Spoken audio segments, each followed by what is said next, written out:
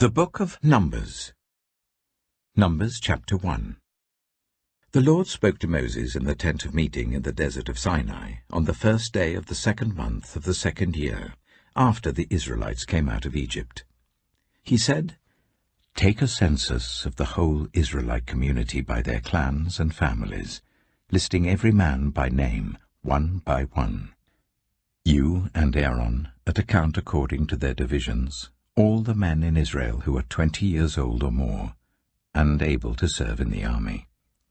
One man from each tribe, each of them the head of his family, is to help you. These are the names of the men who are to assist you. From Reuben, Elizur, son of Shedeur. From Simeon, Shelumiel, son of Zurishaddai.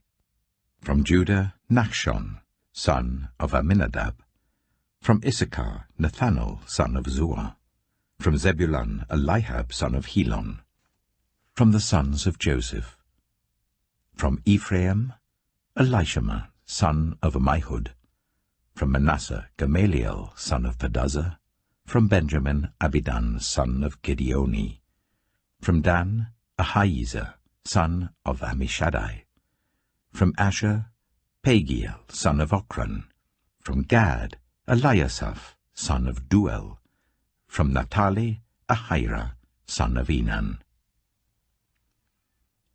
These were the men appointed from the community, the leaders of their ancestral tribes. They were the heads of the clans of Israel. Moses and Aaron took these men whose names had been specified, and they called the whole community together on the first day of the 2nd month. The people registered their ancestry by their clans and families, and the men 20 years old or more were listed by name, one by one, as the Lord commanded Moses. And so he counted them in the desert of Sinai. From the descendants of Reuben, the firstborn son of Israel, all the men 20 years old or more who were able to serve in the army were listed by name, one by one, according to the records of their clans and families. The number from the tribe of Reuben was 46,500.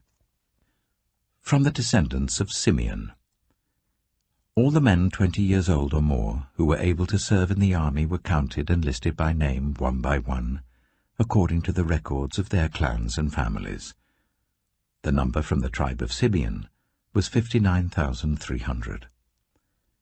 From the descendants of Gad, all the men 20 years old or more who were able to serve in the army were listed by name, according to the records of their clans and families. The number from the tribe of Gad was 45,650. From the descendants of Judah, all the men 20 years old or more who were able to serve in the army were listed by name, according to the records of their clans and families. The number from the tribe of Judah was 74,600. From the descendants of Issachar, all the men 20 years old or more who were able to serve in the army were listed by name, according to the records of their clans and families. The number from the tribe of Issachar was 54,400. From the descendants of Zebulun, all the men 20 years old or more who were able to serve in the army were listed by name, according to the records of their clans and families. The number from the tribe of Zebulun was 57,400. From the sons of Joseph, from the descendants of Ephraim, all the men 20 years old or more who were able to serve in the army were listed by name, according to the records of their clans and families. The number from the tribe of Ephraim was 40,500. From the descendants of Manasseh, all the men 20 years old or more who were able to serve in the army were listed by name, according to the records of their clans and families. The number from the tribe of Manasseh was 32,200. From the descendants of Benjamin, all the men 20 years old or more who were able to serve in the army were listed by name, according to the records of their clans and families. The number from the tribe of Benjamin was 35,400.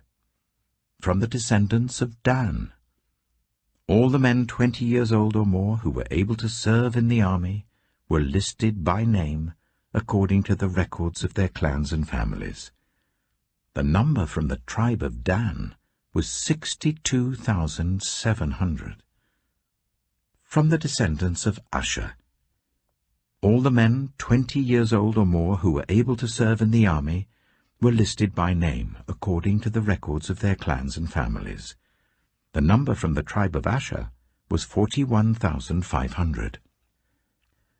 From the descendants of Naphtali, all the men 20 years old or more who were able to serve in the army were listed by name according to the records of their clans and families. The number from the tribe of Naphtali was 53,400. These were the men counted by Moses and Aaron and the 12 leaders of Israel, each one representing his family. All the Israelites, 20 years old or more who were able to serve in Israel's army, were counted according to their families. The total number was 603,550. The ancestral tribe of the Levites, however, was not counted along with the others. The Lord had said to Moses, "You must not count the tribe of Levi, or include them in the census of the other Israelites. Instead, appoint the Levites to be in charge of the tabernacle of the covenant law, over all its furnishings and everything belonging to it. They are to carry the tabernacle and all its furnishings. They are to take care of it and camp round it. Whenever the tabernacle is to move, the Levites are to take it down, and whenever the tabernacle is to be set up, the Levites shall do it. Anyone else who approaches it is to be put to death." The Israelites are to set up their tents by divisions, each of them in their own camp under their standard. The Levites, however, are to set up their tents round the tabernacle of the covenant law, so that my wrath will not fall on the Israelite community. The Levites are to be responsible for the care of the tabernacle of the covenant law. The Israelites did all this just as the Lord commanded Moses. Numbers chapter 2. The Lord said to Moses and Aaron, "The Israelites are to camp round the tent of meeting, some distance from it, each of them under their standard and holding the banners of their family. On the east, towards the sunrise, the divisions of the camp of Judah are to camp under their standard. The leader of the people of Judah is Nachshon, son of Amminadab. His division numbers 74,600. The tribe of Issachar will camp next to them. The leader of the people of Issachar is Nathanael, son of Zuar. His division numbers 54,400. The tribe of Zebulun will be next. The leader of the people of Zebulun is Eliab, son of Helon. His division numbers 57,400. All the men assigned to the camp of Judah according to their divisions number 186,400. They will set out first. On the south will be the divisions of the camp of Reuben under their standard. The leader of the people of Reuben is Elizur, son of Shedeur. His division numbers 46,500. The tribe of Simeon will camp next to them. The leader of the people of Simeon is Shelumiel, son of Zurishaddai. His division numbers 59,300. The tribe of Gad will be next. The leader of the people of Gad is Eliasaph, son of Duel. His division numbers 45,650. All the men assigned to the camp of Reuben according to their divisions number 151,450. They will set out second. Then the tent of meeting and the camp of the Levites will set out in the middle of the camps. They will set out in the same order as they set up camp, each in their own place, under their standard. On the west will be the divisions of the camp of Ephraim, under their standard. The leader of the people of Ephraim is Elishama, son of Ammihud. His division numbers 40,500. The tribe of Manasseh will be next to them. The leader of the people of Manasseh is Gamaliel, son of Pedazeh. His division numbers 32,200. The tribe of Benjamin will be next. The leader of the people of Benjamin is Abidan, son of Gideoni. His division numbers 35,400. All the men assigned to the camp of Ephraim, according to their divisions, number 108,100. They will set out third.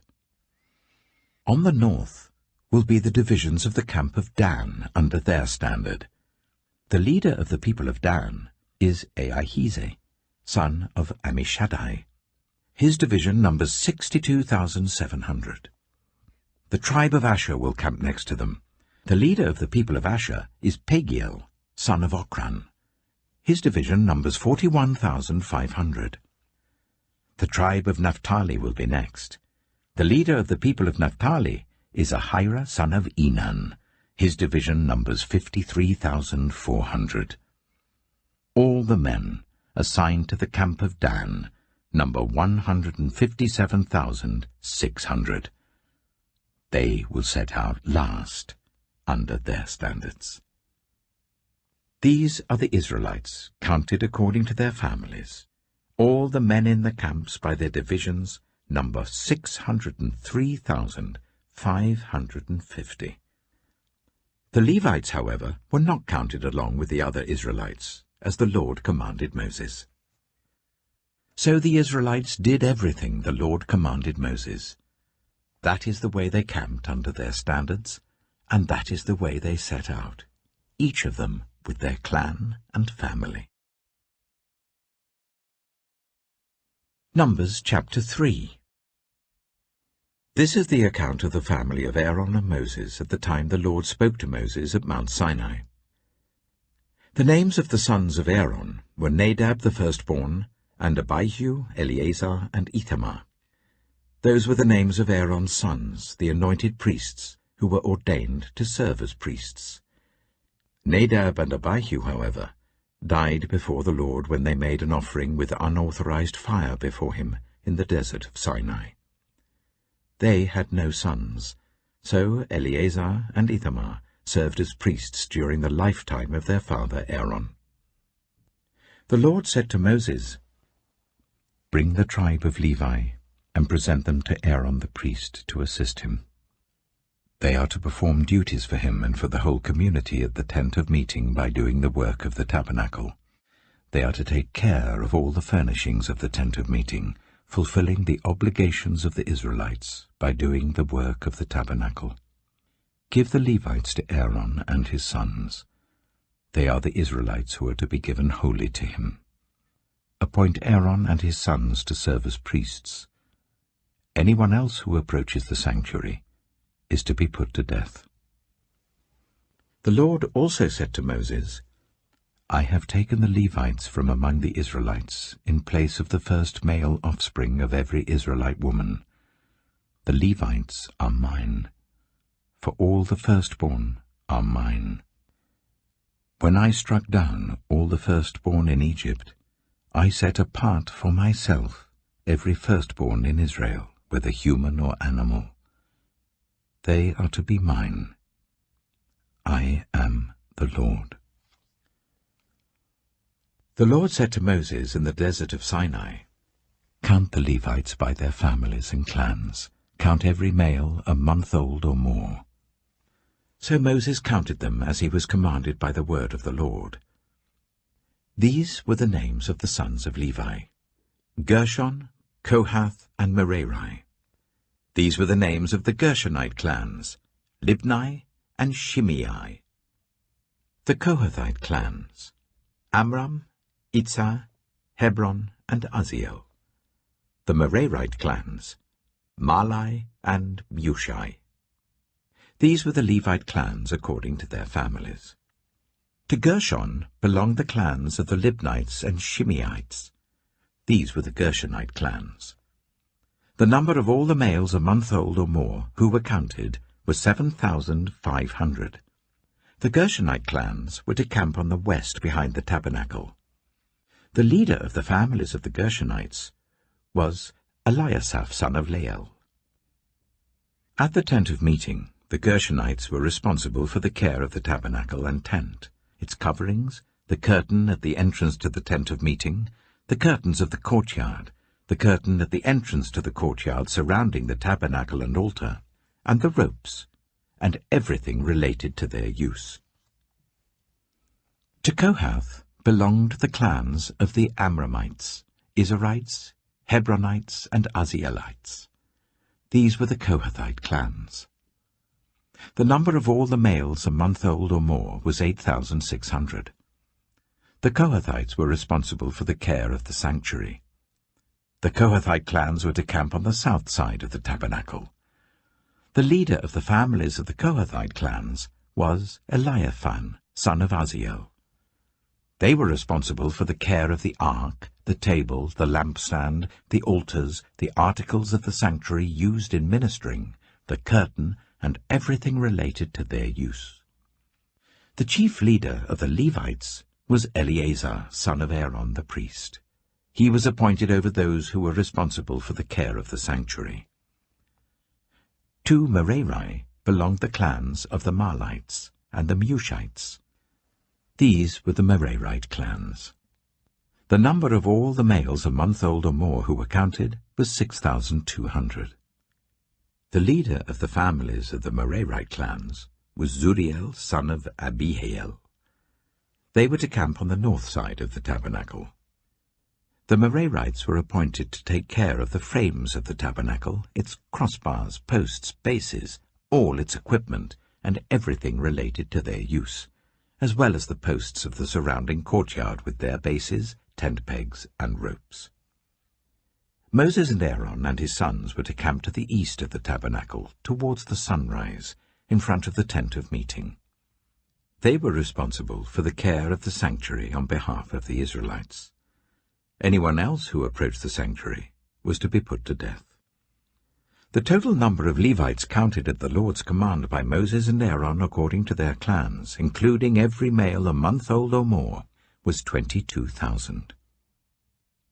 The Lord said to Moses, "Count all the firstborn Israelite males who are a month old or more, and make a list of their names. Take the Levites for me in place of all the firstborn of the Israelites, and the livestock of the Levites in place of all the firstborn of the livestock of the Israelites. I am the Lord." So Moses counted all the firstborn of the Israelites as the Lord commanded him. The total number of firstborn males a month old or more, listed by name, was 22,273. The Lord also said to Moses, "Take the Levites in place of all the firstborn of Israel, and the livestock of the Levites in place of their livestock. The Levites are to be mine. I am the Lord. To redeem the 273 firstborn Israelites, who exceed the number of the Levites, collect 5 shekels for each one, according to the sanctuary shekel, which weighs 20 gerahs.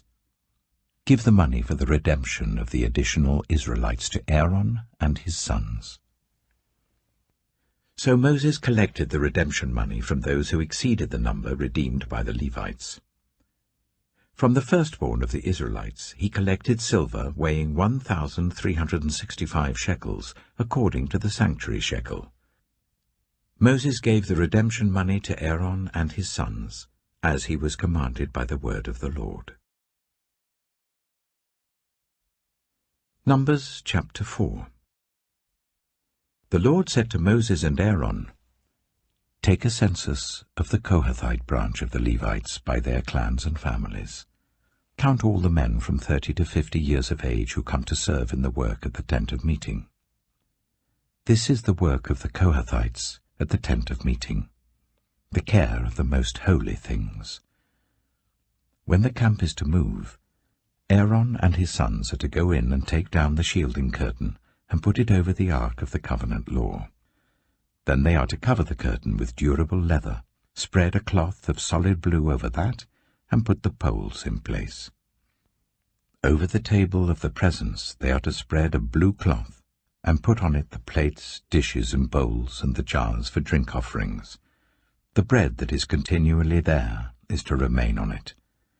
They are to spread a scarlet cloth over them, cover that with durable leather, and put the poles in place. They are to take a blue cloth, and cover the lampstand that is for light, together with its lamps, its wick trimmers and trays, and all its jars for the oil used to supply it. Then they are to wrap it and all its accessories in a covering of durable leather, and put it on a carrying frame. Over the gold altar they are to spread a blue cloth, and cover that with durable leather, and put the poles in place. They are to take all the articles used for ministering in the sanctuary, wrap them in a blue cloth, cover that with durable leather, and put them on a carrying frame. They are to remove the ashes from the bronze altar and spread a purple cloth over it. Then they are to place on it all the utensils used for ministering at the altar, including the fire pans, meat forks, shovels, and sprinkling bowls. Over it they are to spread a covering of durable leather and put the poles in place. After Aaron and his sons have finished covering the holy furnishings and all the holy articles, and when the camp is ready to move, only then are the Kohathites to come and do the carrying. But they must not touch the holy things, or they will die. The Kohathites are to carry those things that are in the tent of meeting. Eleazar, son of Aaron the priest, is to have charge of the oil for the light, the fragrant incense, the regular grain offering, and the anointing oil. He is to be in charge of the entire tabernacle and everything in it, including its holy furnishings and articles. The Lord said to Moses and Aaron, "See that the Kohathite tribal clans are not destroyed from among the Levites, so that they may live and not die when they come near the most holy things. Do this for them. Aaron and his sons are to go into the sanctuary and assign to each man his work and what he is to carry. But the Kohathites must not go in to look at the holy things even for a moment, or they will die." The Lord said to Moses, "Take a census also of the Gershonites by their families and clans. Count all the men from 30 to 50 years of age who come to serve in the work at the tent of meeting. This is the service of the Gershonite clans in their carrying and their other work. They are to carry the curtains of the tabernacle, that is, the tent of meeting, its covering and its outer covering of durable leather, the curtains for the entrance to the tent of meeting, the curtains of the courtyard surrounding the tabernacle and altar, the curtain for the entrance to the courtyard, the ropes, and all the equipment used in the service of the tent.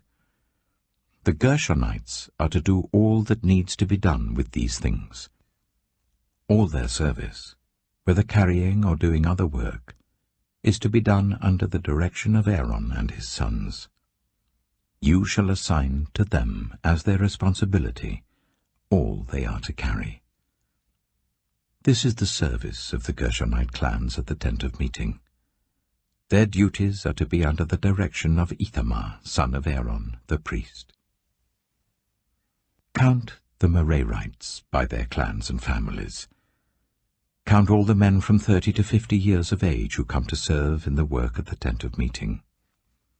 As part of all their service at the tent, they are to carry the frames of the tabernacle, its crossbars, posts, and bases, as well as the posts of the surrounding courtyard with their bases, tent pegs, ropes, all their equipment, and everything related to their use.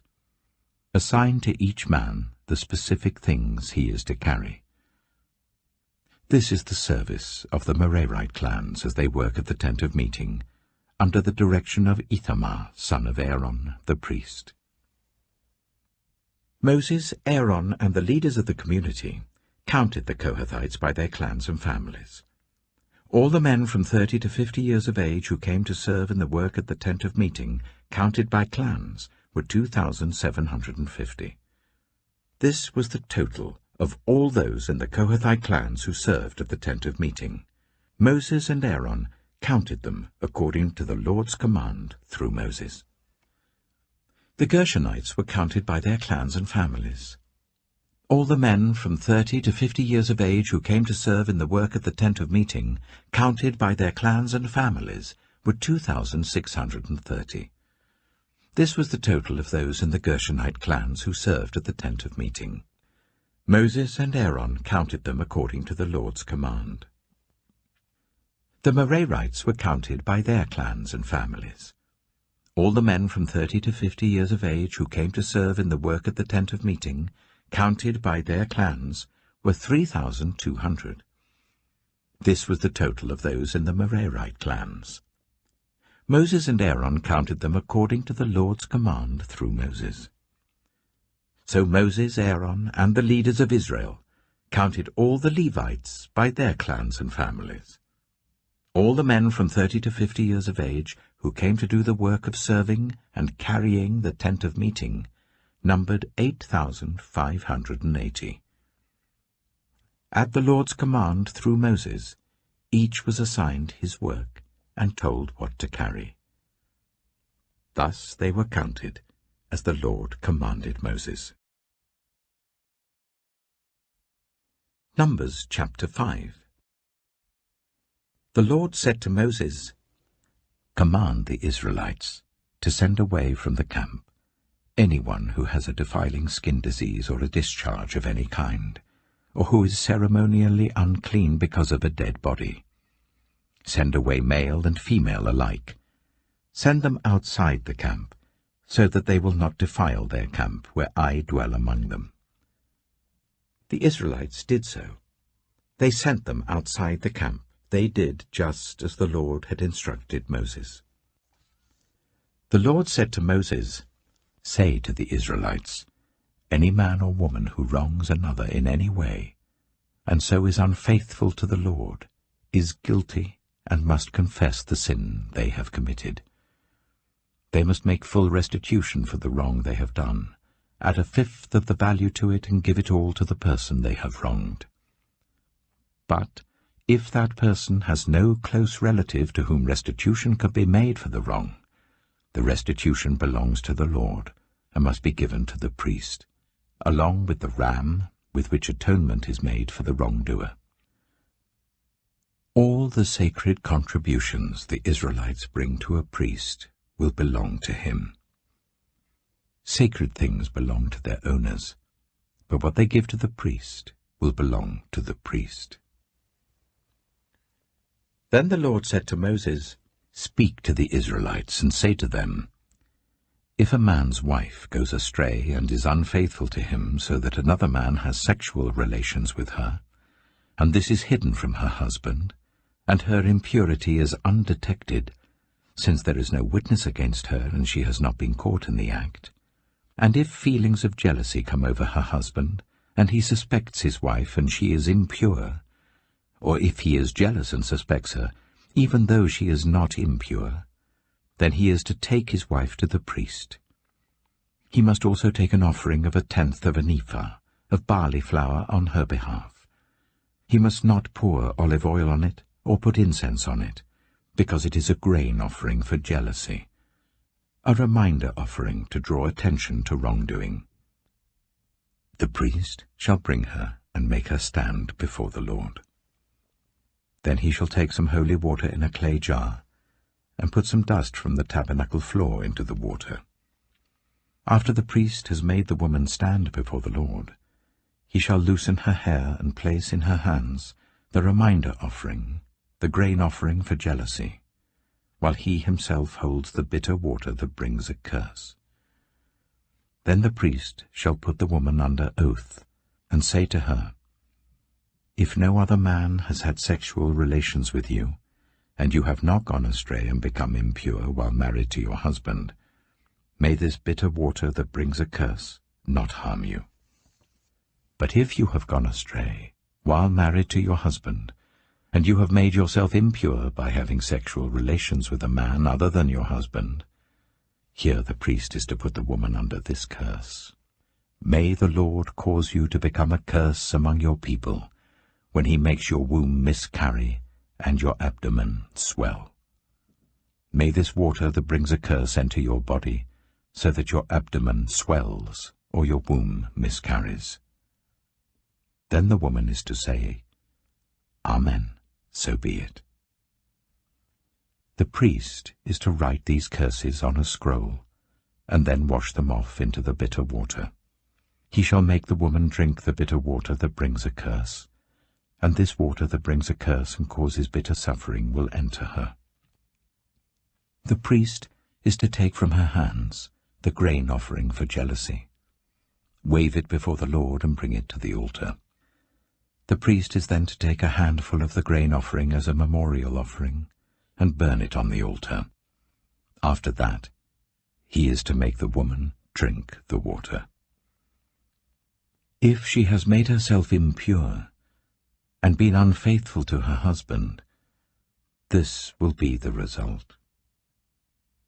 When she is made to drink the water that brings a curse and causes bitter suffering, it will enter her, her abdomen will swell, and her womb will miscarry, and she will become a curse. If, however, the woman has not made herself impure, but is clean, she will be cleared of guilt, and will be able to have children. This, then, is the law of jealousy, when a woman goes astray and makes herself impure while married to her husband, or when feelings of jealousy come over a man because he suspects his wife. The priest is to make her stand before the Lord, and is to apply this entire law to her. The husband will be innocent of any wrongdoing, but the woman will bear the consequences of her sin. Numbers chapter 6. The Lord said to Moses, Speak to the Israelites and say to them, If a man or woman wants to make a special vow, a vow of dedication to the Lord as a Nazirite, they must abstain from wine and other fermented drink, and must not drink vinegar made from wine or other fermented drink. They must not drink grape juice or eat grapes or raisins. As long as they remain under their Nazirite vow, they must not eat anything that comes from the grapevine, not even the seeds or skins. During the entire period of their Nazirite vow, no razor may be used on their head. They must be holy until the period of their dedication to the Lord is over. They must let their hair grow long. Throughout the period of their dedication to the Lord, the Nazirite must not go near a dead body. Even if their own father or mother or brother or sister dies, they must not make themselves ceremonially unclean on account of them, because the symbol of their dedication to God is on their head. Throughout the period of their dedication, they are consecrated to the Lord.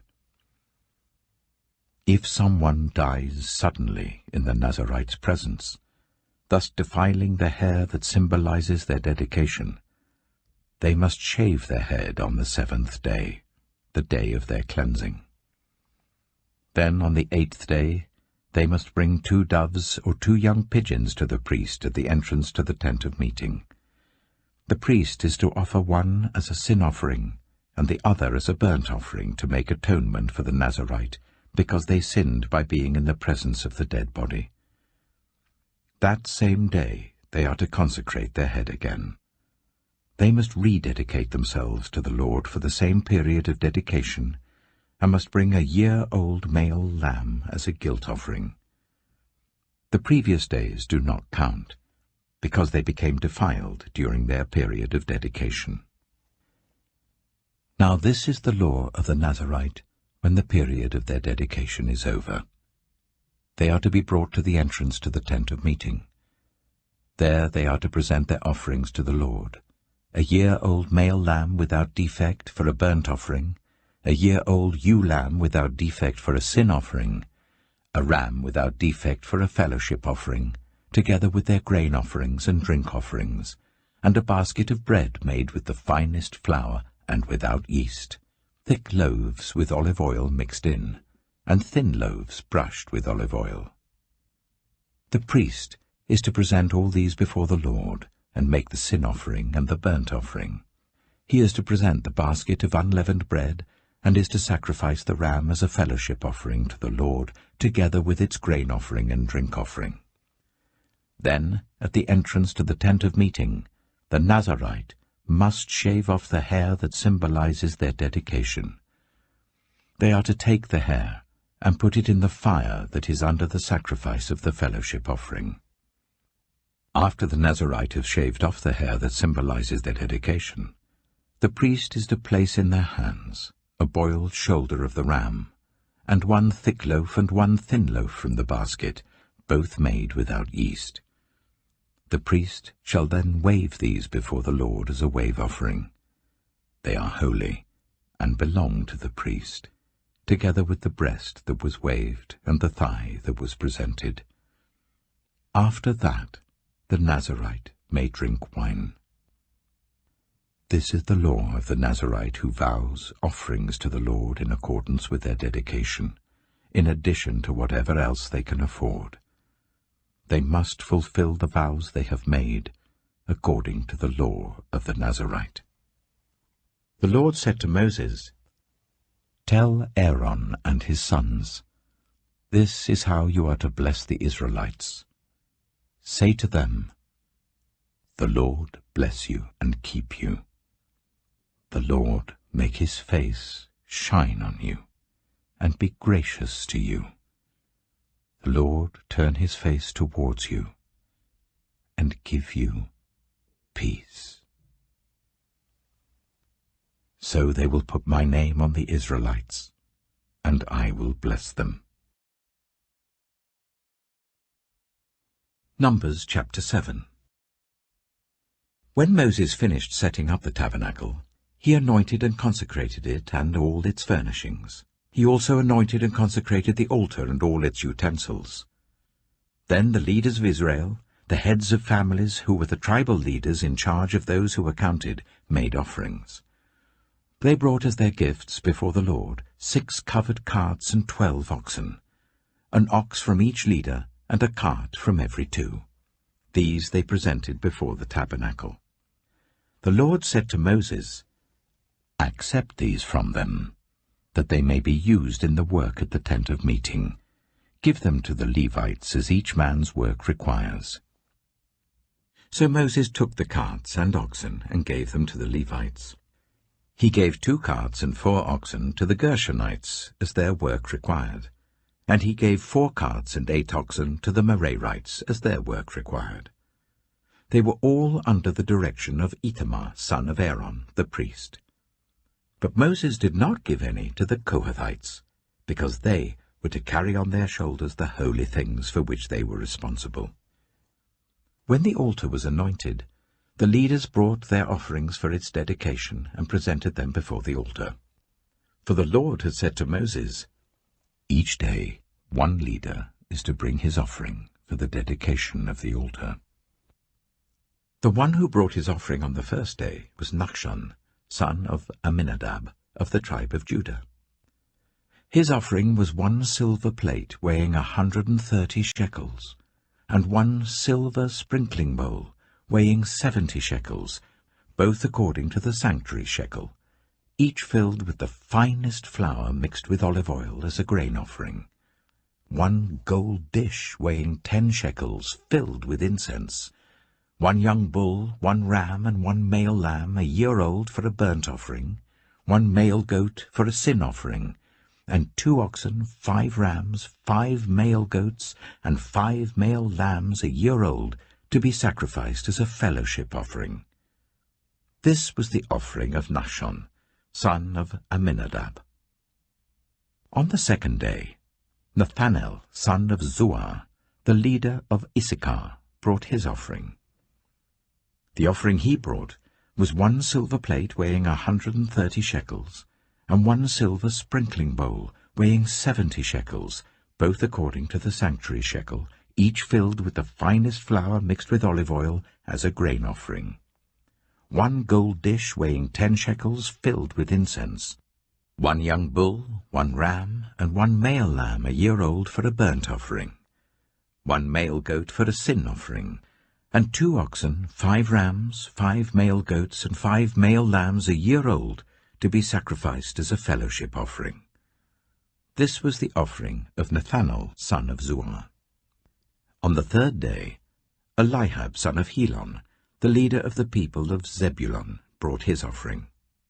His offering was 1 silver plate weighing 130 shekels, and 1 silver sprinkling bowl weighing 70 shekels, both according to the sanctuary shekel, each filled with the finest flour mixed with olive oil as a grain offering, 1 gold dish weighing 10 shekels, filled with incense, 1 young bull, 1 ram, and 1 male lamb a year old for a burnt offering, 1 male goat for a sin offering, and 2 oxen, 5 rams, 5 male goats, and 5 male lambs a year old, to be sacrificed as a fellowship offering.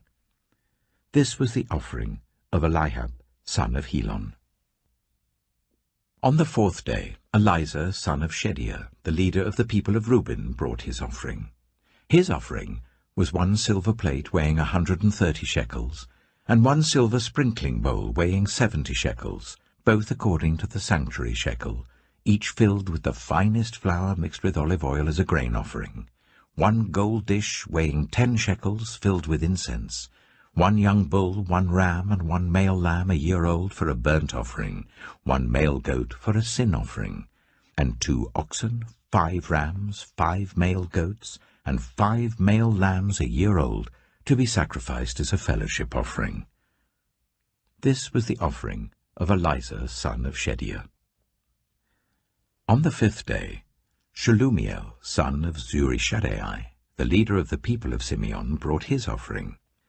His offering was 1 silver plate weighing 130 shekels, and 1 silver sprinkling bowl weighing 70 shekels, both according to the sanctuary shekel, each filled with the finest flour mixed with olive oil as a grain offering, 1 gold dish weighing 10 shekels, filled with incense, 1 young bull, 1 ram, and 1 male lamb a year old for a burnt offering, 1 male goat for a sin offering, and 2 oxen, 5 rams, 5 male goats, and 5 male lambs a year old, to be sacrificed as a fellowship offering. This was the offering of Shelumiel, son of Zurishaddai. On the 6th day, Eliasaph, son of Duel, the leader of the people of Gad, brought his offering. His offering was 1 silver plate weighing 130 shekels, and 1 silver sprinkling bowl weighing 70 shekels, both according to the sanctuary shekel, each filled with the finest flour mixed with olive oil as a grain offering, 1 gold dish weighing 10 shekels, filled with incense, 1 young bull, 1 ram, and 1 male lamb a year old for a burnt offering, 1 male goat for a sin offering, and 2 oxen, 5 rams, 5 male goats, and 5 male lambs a year old, to be sacrificed as a fellowship offering. This was the offering of Eliasaph, son of Duel. On the 7th day, Elishama, son of Ammihud, the leader of the people of Ephraim, brought his offering. His offering was 1 silver plate weighing 130 shekels, and 1 silver sprinkling bowl weighing 70 shekels, both according to the sanctuary shekel, each filled with the finest flour mixed with olive oil as a grain offering, 1 gold dish weighing 10 shekels, filled with incense, 1 young bull, 1 ram, and 1 male lamb a year old for a burnt offering, 1 male goat for a sin offering, and 2 oxen, 5 rams, 5 male goats, and 5 male lambs a year old, to be sacrificed as a fellowship offering. This was the offering of Elishama, son of Ammihud. On the 8th day, Gamaliel, son of Pedahzur, the leader of the people of Manasseh, brought his offering. His offering was 1 silver plate weighing 130 shekels, and 1 silver sprinkling bowl weighing 70 shekels, both according to the sanctuary shekel, each filled with the finest flour mixed with olive oil as a grain offering, 1 gold dish weighing 10 shekels, filled with incense, 1 young bull, 1 ram, and 1 male lamb a year old for a burnt offering, 1 male goat for a sin offering, and 2 oxen, 5 rams, 5 male goats and 5 male lambs a year old, to be sacrificed as a fellowship offering. This was the offering of Gamaliel, son of Pedazur. On the 9th day, Abidan, son of Gideoni, the leader of the people of Benjamin, brought his offering. His offering was 1 silver plate weighing 130 shekels, and 1 silver sprinkling bowl weighing 70 shekels, both according to the sanctuary shekel, each filled with the finest flour mixed with olive oil as a grain offering. 1 gold dish weighing 10 shekels, filled with incense, 1 young bull, 1 ram, and 1 male lamb a year old for a burnt offering, 1 male goat for a sin offering, and 2 oxen, 5 rams, 5 male goats, and 5 male lambs a year old, to be sacrificed as a fellowship offering. This was the offering of Abidan, son of Gideoni. On the 10th day, Ahiezer, son of Ammishaddai, the leader of the people of Dan, brought his offering. His offering was 1 silver plate weighing 130 shekels, and 1 silver sprinkling bowl weighing 70 shekels, both according to the sanctuary shekel, each filled with the finest flour mixed with olive oil as a grain offering, 1 gold dish weighing 10 shekels, filled with incense, 1 young bull, 1 ram, and 1 male lamb a year old for a burnt offering, 1 male goat for a sin offering, and 2 oxen, 5 rams, 5 male goats, and 5 male lambs a year old, to be sacrificed as a fellowship offering. This was the offering of Ahiezer, son of Ammishaddai. On the 11th day, Pagiel, son of Ochran, the leader of the people of Asher, brought his offering. His offering was 1 silver plate weighing 130 shekels, and 1 silver sprinkling bowl weighing 70 shekels, both according to the sanctuary shekel, each filled with the finest flour, mixed with olive oil as a grain offering, 1 gold dish weighing 10 shekels, filled with incense, 1 young bull, 1 ram, and 1 male lamb a year old for a burnt offering, 1 male goat for a sin offering, and 2 oxen, 5 rams, 5 male goats, and 5 male lambs a year old, to be sacrificed as a fellowship offering.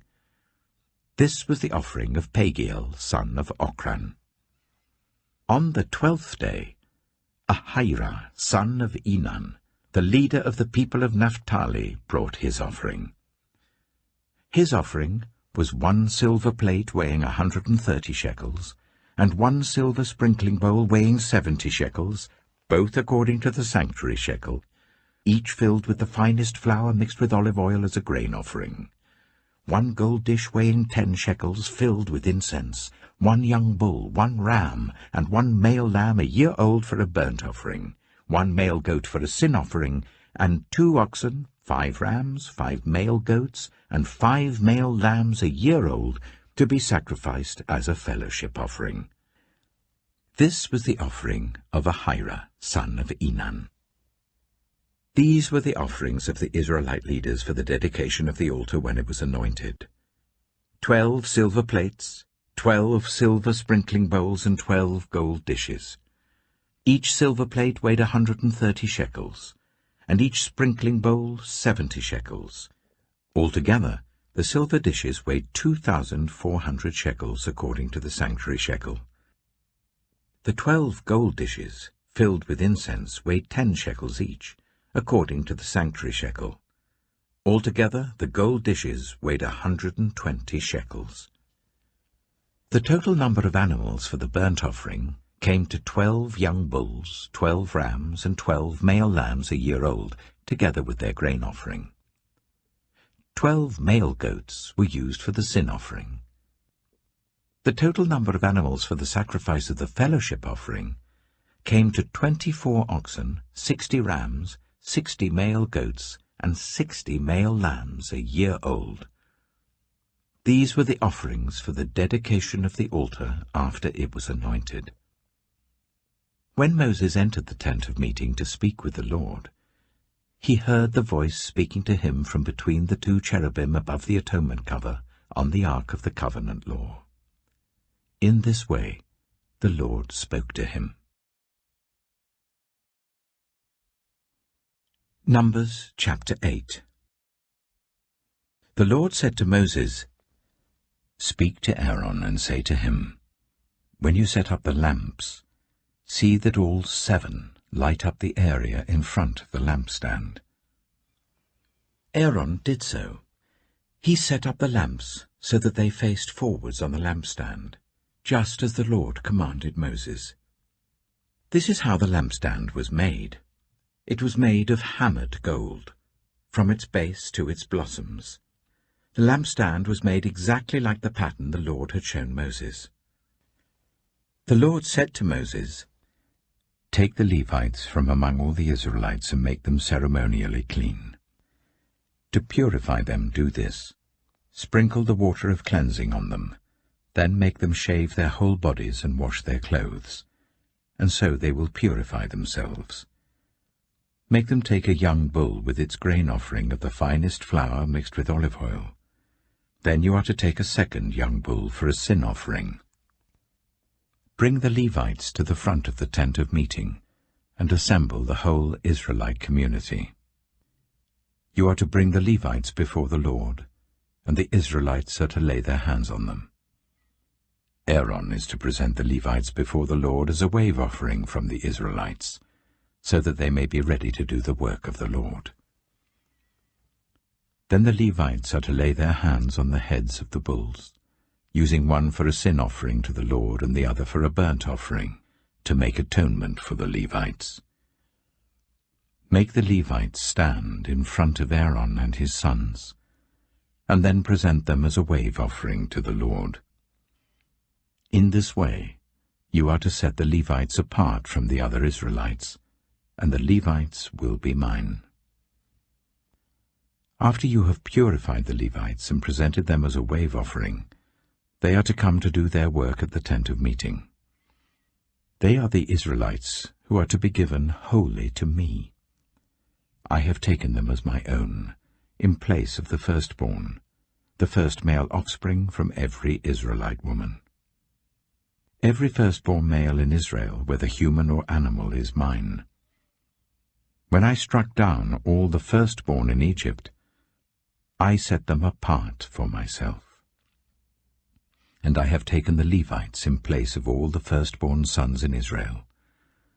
From among all the Israelites, I have given the Levites as gifts to Aaron and his sons, to do the work at the tent of meeting on behalf of the Israelites, and to make atonement for them so that no plague will strike the Israelites when they go near the sanctuary. Moses, Aaron, and the whole Israelite community did with the Levites just as the Lord commanded Moses. The Levites purified themselves and washed their clothes. Then Aaron presented them as a wave offering before the Lord and made atonement for them to purify them. After that, the Levites came to do their work at the tent of meeting under the supervision of Aaron and his sons. They did with the Levites just as the Lord commanded Moses. The Lord said to Moses, "This applies to the Levites.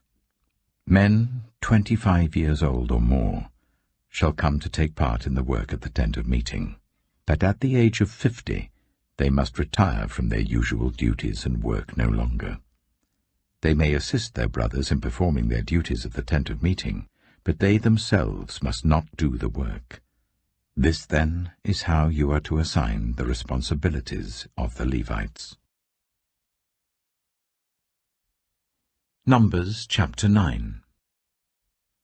The Lord spoke to Moses in the desert of Sinai in the first month of the 2nd year after they came out of Egypt. He said, "Make the Israelites celebrate the Passover at the appointed time. Celebrate it at the appointed time, at twilight on the 14th day of this month, in accordance with all its rules and regulations." So Moses told the Israelites to celebrate the Passover, and they did so in the desert of Sinai at twilight on the 14th day of the first month. The Israelites did everything just as the Lord commanded Moses. But some of them could not celebrate the Passover on that day, because they were ceremonially unclean on account of a dead body. So they came to Moses and Aaron that same day, and said to Moses, "We have become unclean because of a dead body. But why should we be kept from presenting the Lord's offering with the other Israelites at the appointed time?"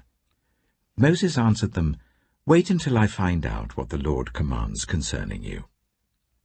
Then the Lord said to Moses, "Tell the Israelites, when any of you or your descendants are unclean because of a dead body, or are away on a journey, they are still to celebrate the Lord's Passover.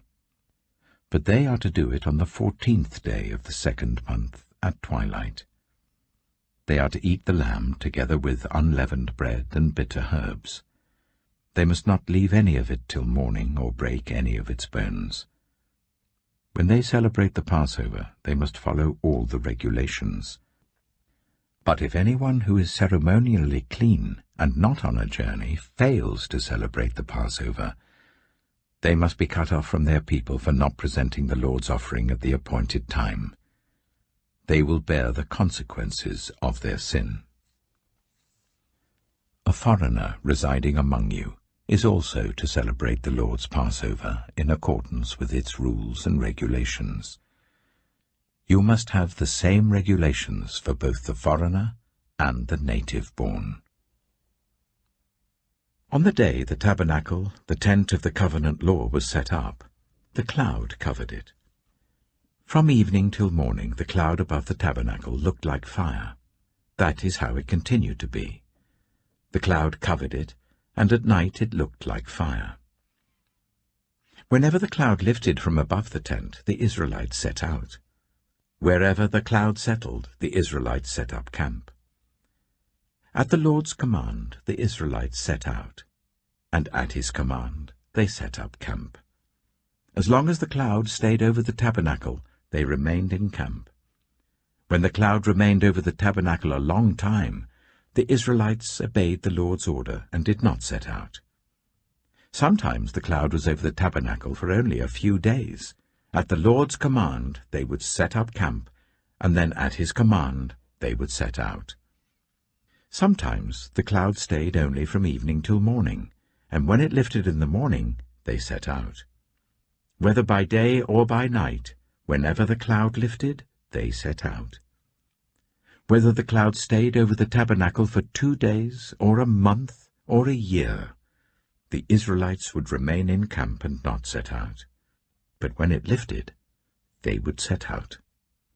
At the Lord's command they set up camp, and at the Lord's command they set out.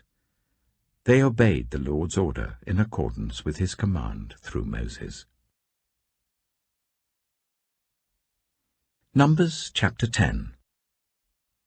The Lord said to Moses, "Make 2 trumpets of hammered silver, and use them for calling the community together and for the camps to set out. When both are sounded, the whole community is to assemble before you at the entrance to the tent of meeting. If only one is sounded, the leaders, the heads of the clans of Israel, are to assemble before you. When a trumpet blast is sounded, the tribes camping on the east are to set out. At the sounding of a second blast, the camps on the south are to set out.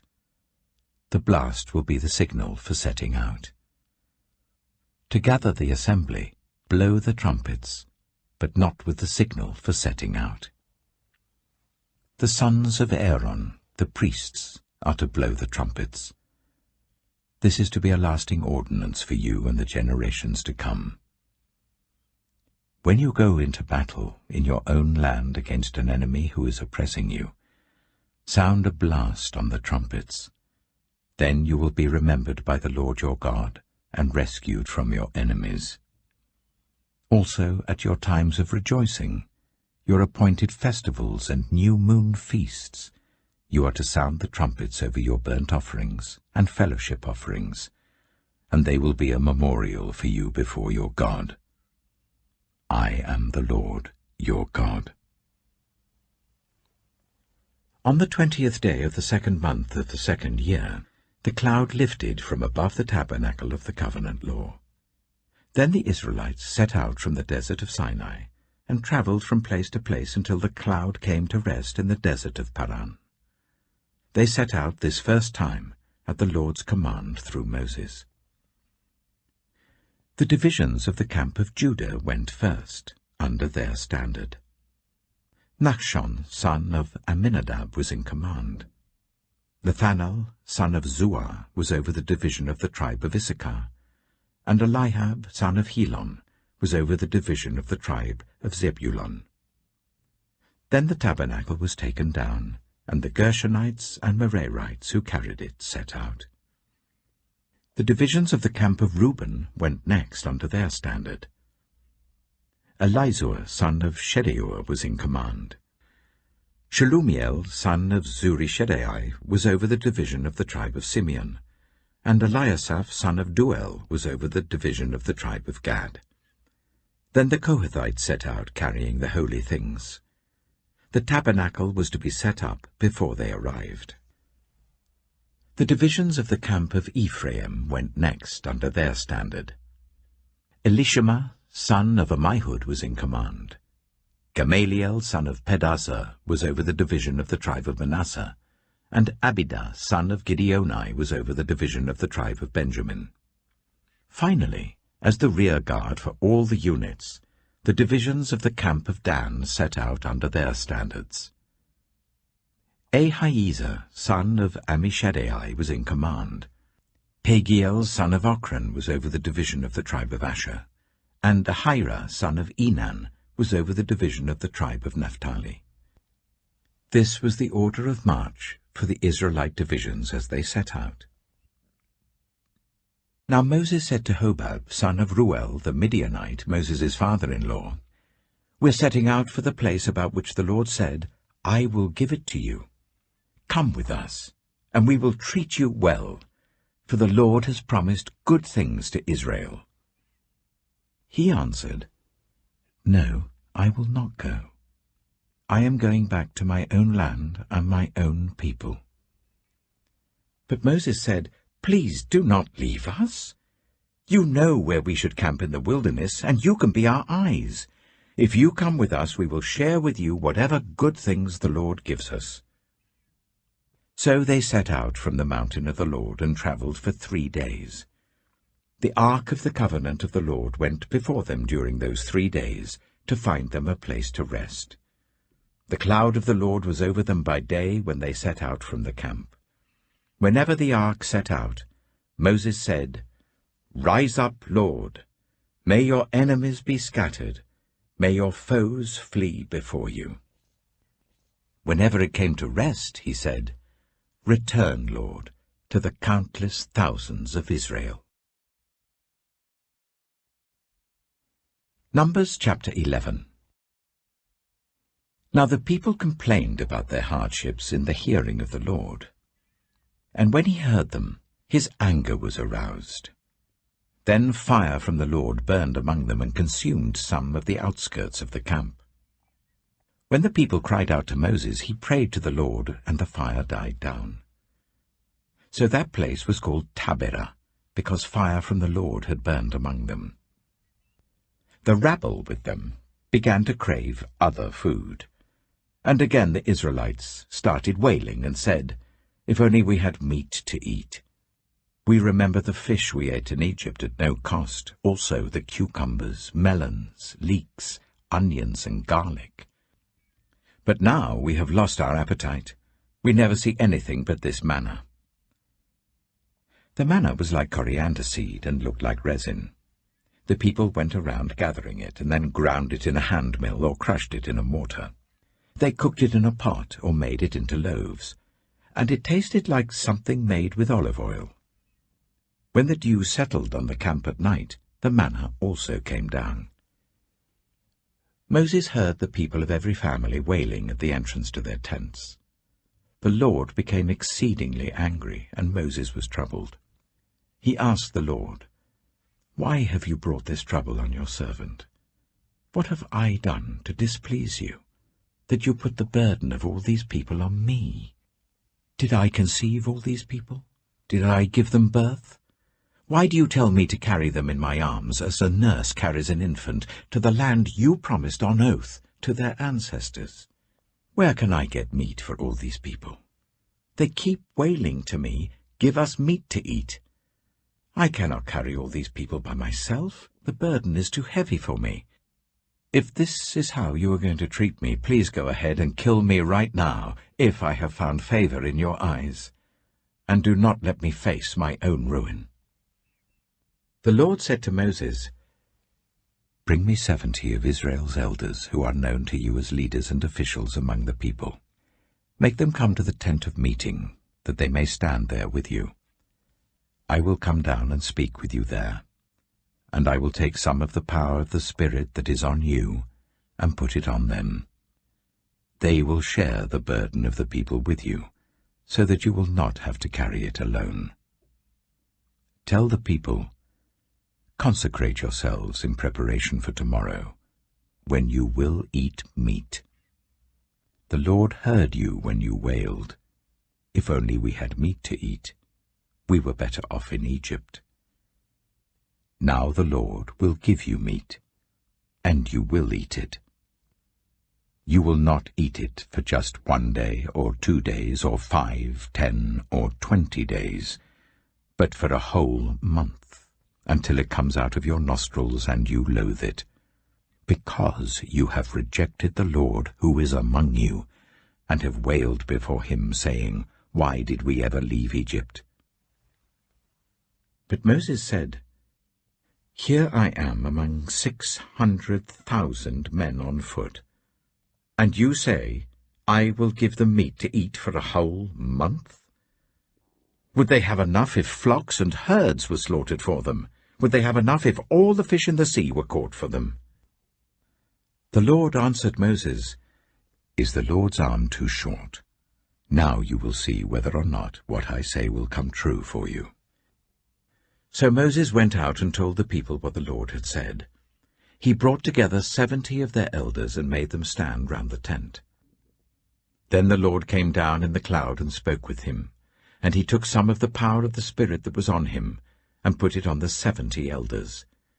When the Spirit rested on them, they prophesied, but did not do so again.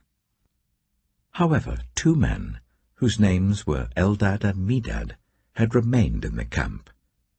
They were listed among the elders, but did not go out to the tent. Yet the Spirit also rested on them, and they prophesied in the camp. A young man ran and told Moses, "Eldad and Medad are prophesying in the camp." Joshua, son of Nun, who had been Moses' assistant since youth, spoke up and said, "Moses, my lord, stop them." But Moses replied, "Are you jealous for my sake? I wish that all the Lord's people were prophets, and that the Lord would put his Spirit on them." Then Moses and the elders of Israel returned to the camp.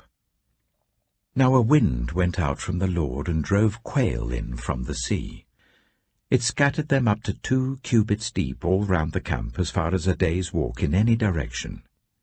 All that day and night and all the next day the people went out and gathered quail.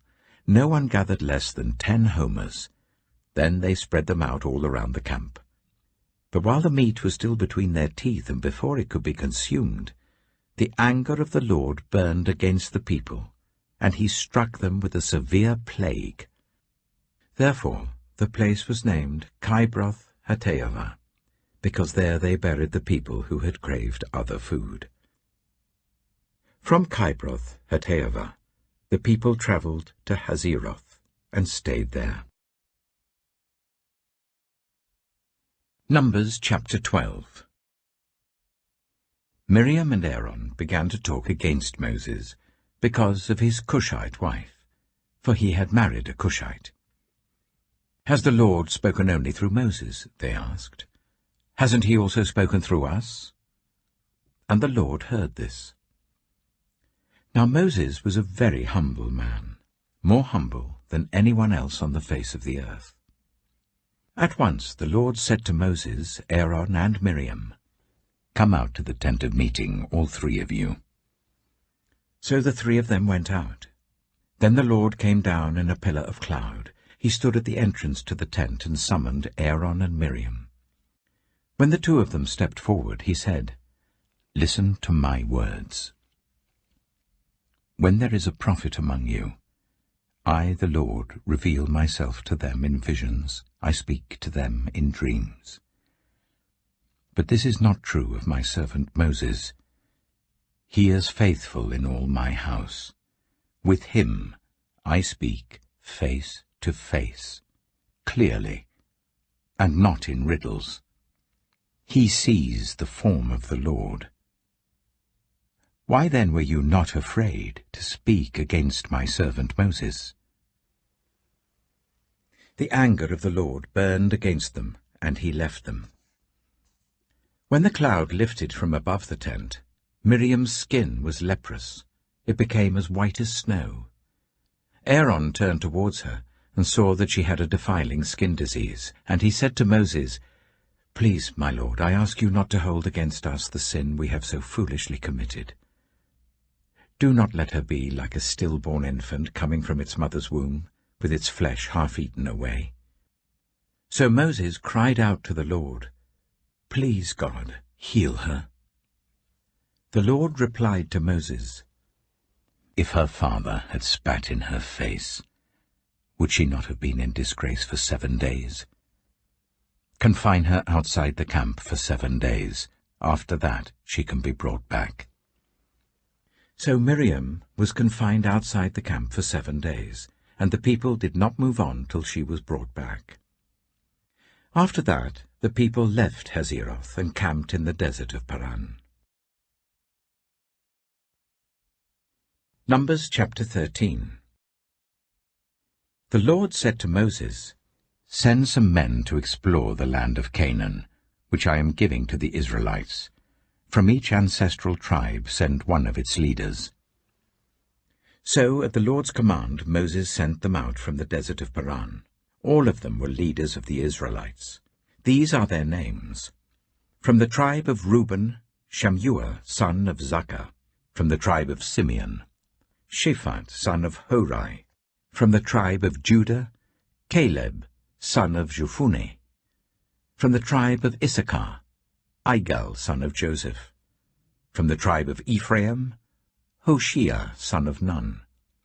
From the tribe of Benjamin, Paltai, son of Raphu. From the tribe of Zebulun, Gadiel, son of Sodai. From the tribe of Manasseh, a tribe of Joseph, Gadai, son of Suzai. From the tribe of Dan, Amiel, son of Gemalli. From the tribe of Asher, Sethur, son of Michael. From the tribe of Naphtali, Nabai, son of Vusai. From the tribe of Gad, Geuel, son of Machi.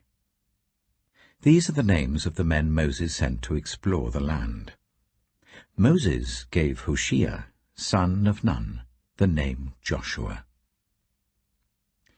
When Moses sent them to explore Canaan, he said, "Go up through the Negev and on into the hill country. See what the land is like and whether the people who live there are strong or weak, few or many. What kind of land do they live in? Is it good or bad?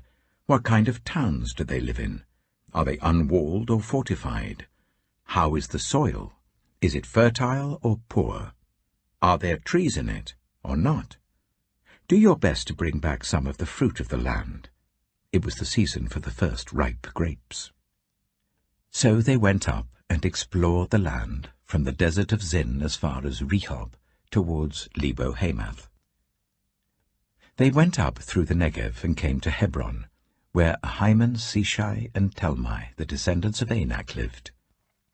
Hebron had been built 7 years before Zoan in Egypt. When they reached the valley of Eshcol, they cut off a branch bearing a single cluster of grapes. 2 of them carried it on a pole between them, along with some pomegranates and figs.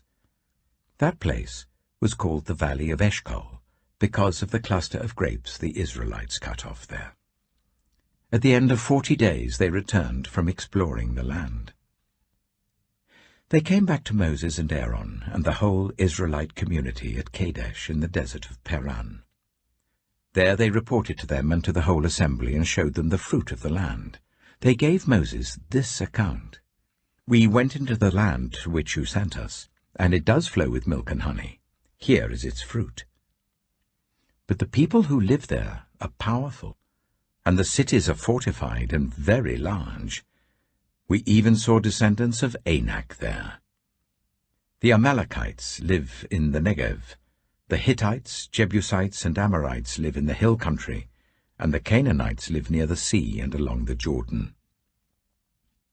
Then Caleb silenced the people before Moses and said, "We should go up and take possession of the land, for we can certainly do it."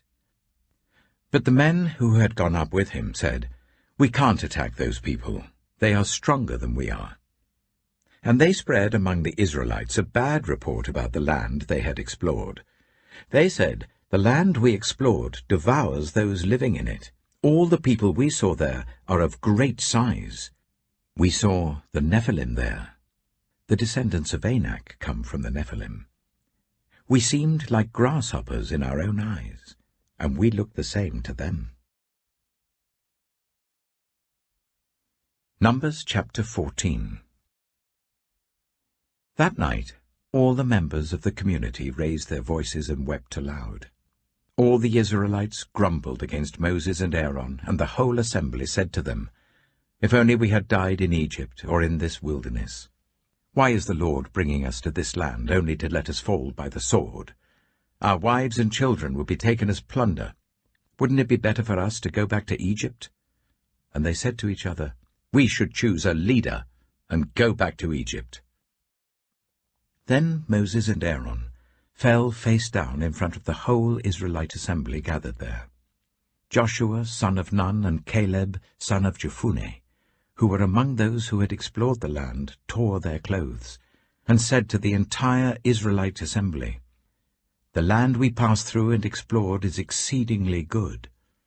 If the Lord is pleased with us, he will lead us into that land, a land flowing with milk and honey, and will give it to us. Only do not rebel against the Lord, and do not be afraid of the people of the land, because we will devour them. Their protection is gone, but the Lord is with us. Do not be afraid of them." But the whole assembly talked about stoning them. Then the glory of the Lord appeared at the tent of meeting to all the Israelites. The Lord said to Moses, "How long will these people treat me with contempt? How long will they refuse to believe in me, in spite of all the signs I have performed among them? I will strike them down with a plague and destroy them. But I will make you into a nation greater and stronger than they." Moses said to the Lord, "Then the Egyptians will hear about it. By your power you brought these people up from among them, and they will tell the inhabitants of this land about it. They have already heard that you, Lord, are with these people, and that you, Lord, have been seen face to face, that your cloud stays over them, and that you go before them in a pillar of cloud by day and a pillar of fire by night. If you put all these people to death, leaving none alive, the nations who have heard this report about you will say, 'The Lord was not able to bring these people into the land he promised them on oath, so he slaughtered them in the wilderness.' Now may the Lord's strength be displayed, just as you have declared. The Lord is slow to anger, abounding in love, and forgiving sin and rebellion. Yet he does not leave the guilty unpunished. He punishes the children for the sin of the parents to the third and fourth generation. In accordance with your great love, forgive the sin of these people, just as you have pardoned them from the time they left Egypt until now." The Lord replied, "I have forgiven them as you asked.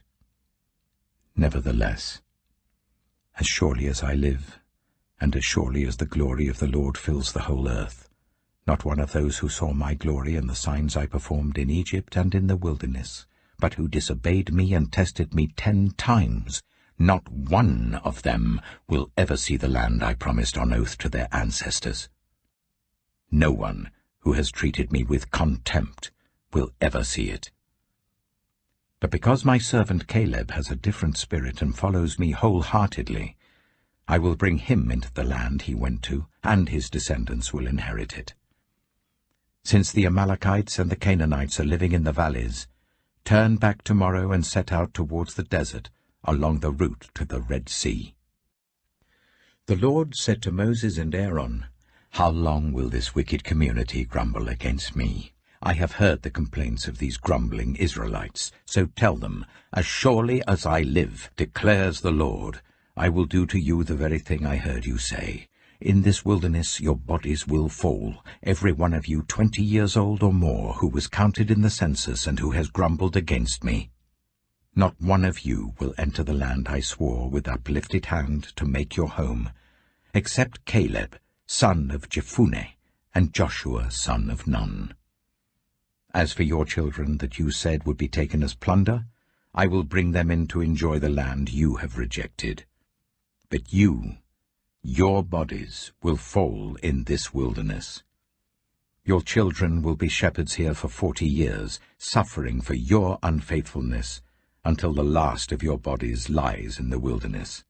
For 40 years, 1 year for each of the 40 days you explored the land, you will suffer for your sins and know what it is like to have me against you. I, the Lord, have spoken, and I will surely do these things to this whole wicked community which has banded together against me. They will meet their end in this wilderness. Here they will die." So the men Moses had sent to explore the land, who returned and made the whole community grumble against him by spreading a bad report about it, these men who were responsible for spreading the bad report about the land were struck down and died of a plague before the Lord. Of the men who went to explore the land, only Joshua son of Nun and Caleb son of Jephunneh survived. When Moses reported this to all the Israelites, they mourned bitterly. Early the next morning they set out for the highest point in the hill country, saying, "Now we are ready to go up to the land the Lord promised. Surely we have sinned." But Moses said, "Why are you disobeying the Lord's command? This will not succeed. Do not go up, because the Lord is not with you. You will be defeated by your enemies. For the Amalekites and the Canaanites will face you there. Because you have turned away from the Lord, He will not be with you, and you will fall by the sword." Nevertheless, in their presumption they went up towards the highest point in the hill country, though neither Moses nor the ark of the Lord's covenant moved from the camp. Then the Amalekites and the Canaanites who lived in that hill country came down and attacked them and beat them down all the way to Hormah. Numbers chapter 15. The Lord said to Moses, "Speak to the Israelites and say to them, After you enter the land I am giving you as a home, and you present to the Lord food offerings from the herd or the flock, as an aroma pleasing to the Lord, whether burnt offerings or sacrifices, for special vows or free will offerings or festival offerings, then the person who brings an offering shall present to the Lord a grain offering of 1/10 of an ephah of the finest flour, mixed with 1/4 of a hin of olive oil. With each lamb for the burnt offering or the sacrifice, prepare 1/4 of a hin of wine as a drink offering. With a ram, prepare a grain offering of 1/5 of an ephah of the finest flour mixed with 1/3 of a hin of olive oil, and 1/3 of a hin of wine as a drink offering. Offer it as an aroma pleasing to the Lord. When you prepare a young bull as a burnt offering or sacrifice, for a special vow or a fellowship offering to the Lord, bring with the bull a grain offering of 3/10 of an ephah of the finest flour, mixed with 1/2 a hin of olive oil, and also bring 1/2 a hin of wine as a drink offering. This will be a food offering, an aroma pleasing to the Lord. Each bull or ram, each lamb or young goat, is to be prepared in this manner.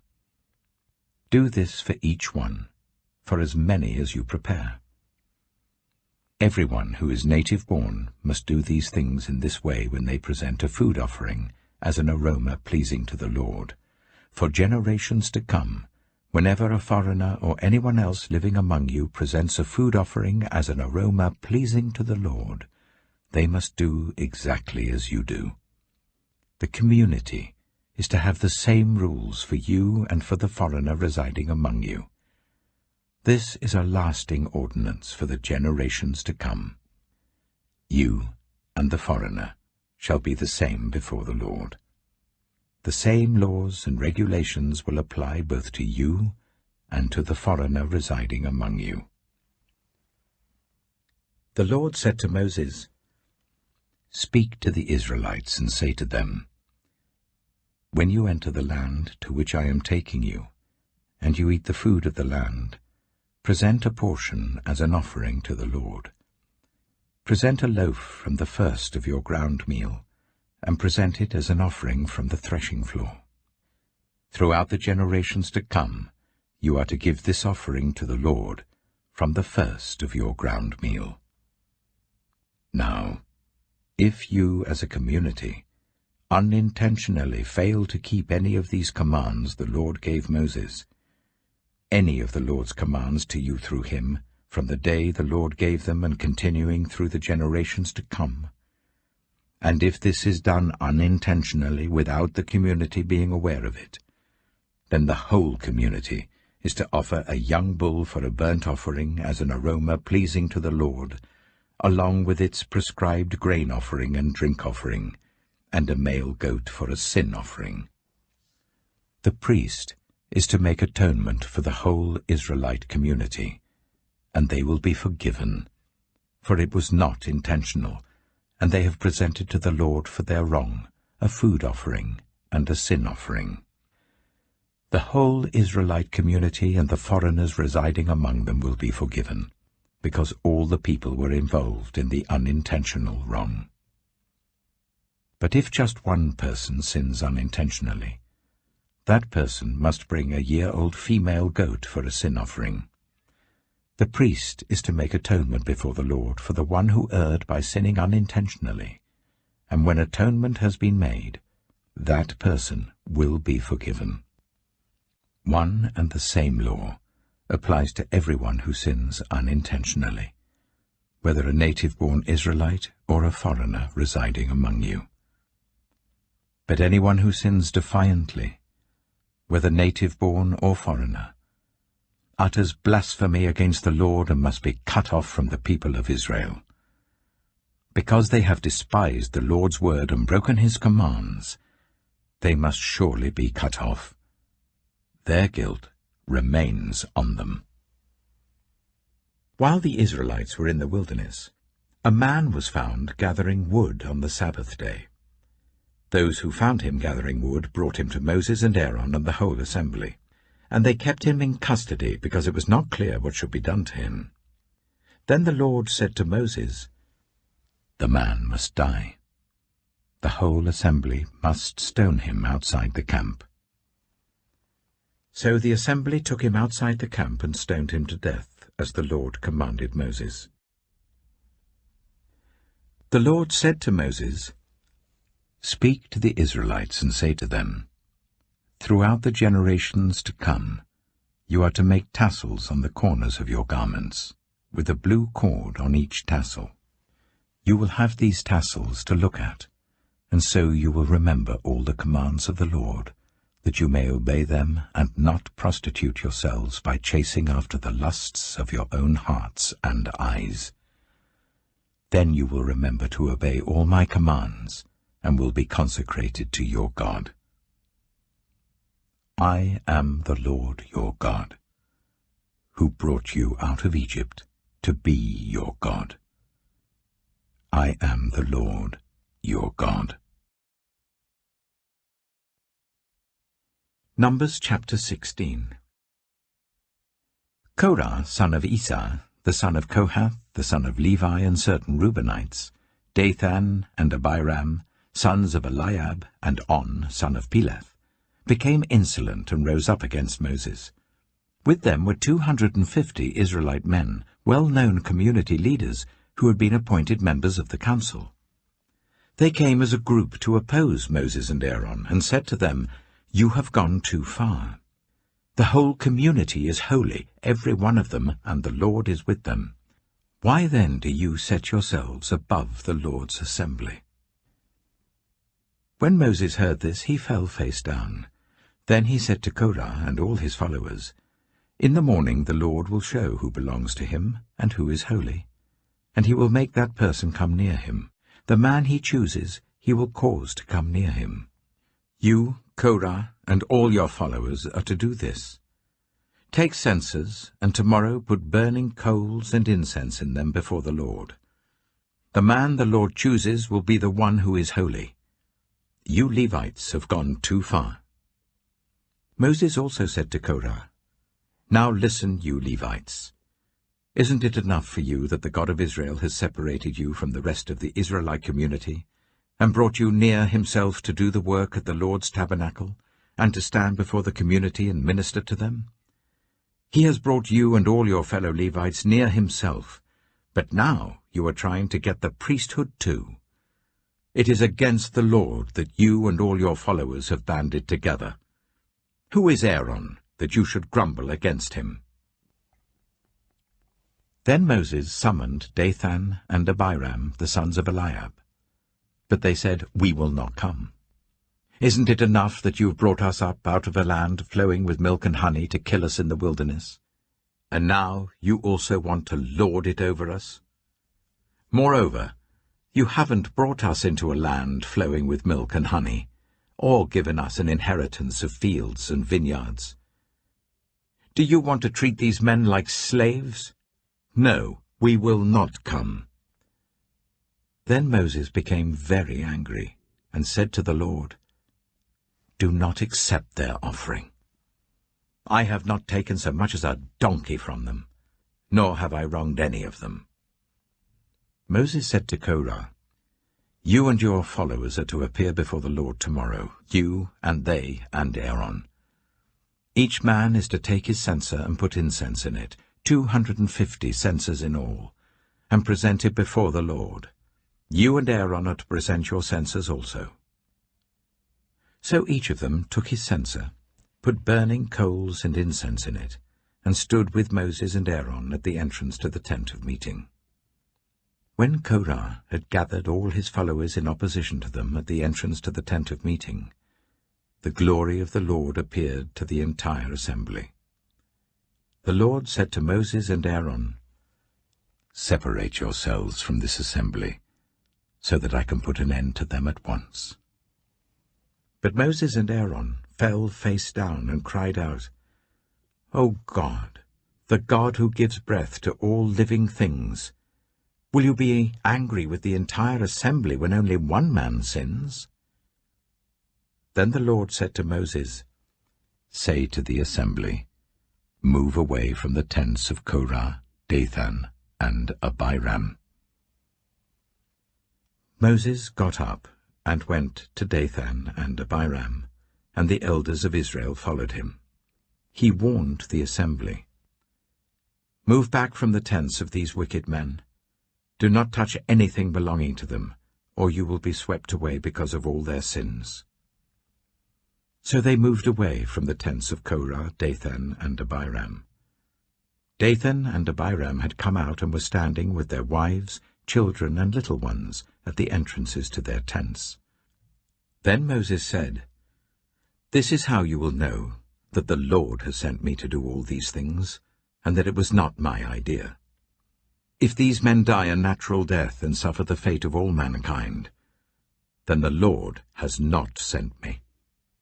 But if the Lord brings about something totally new, and the earth opens its mouth and swallows them, with everything that belongs to them, and they go down alive into the realm of the dead, then you will know that these men have treated the Lord with contempt."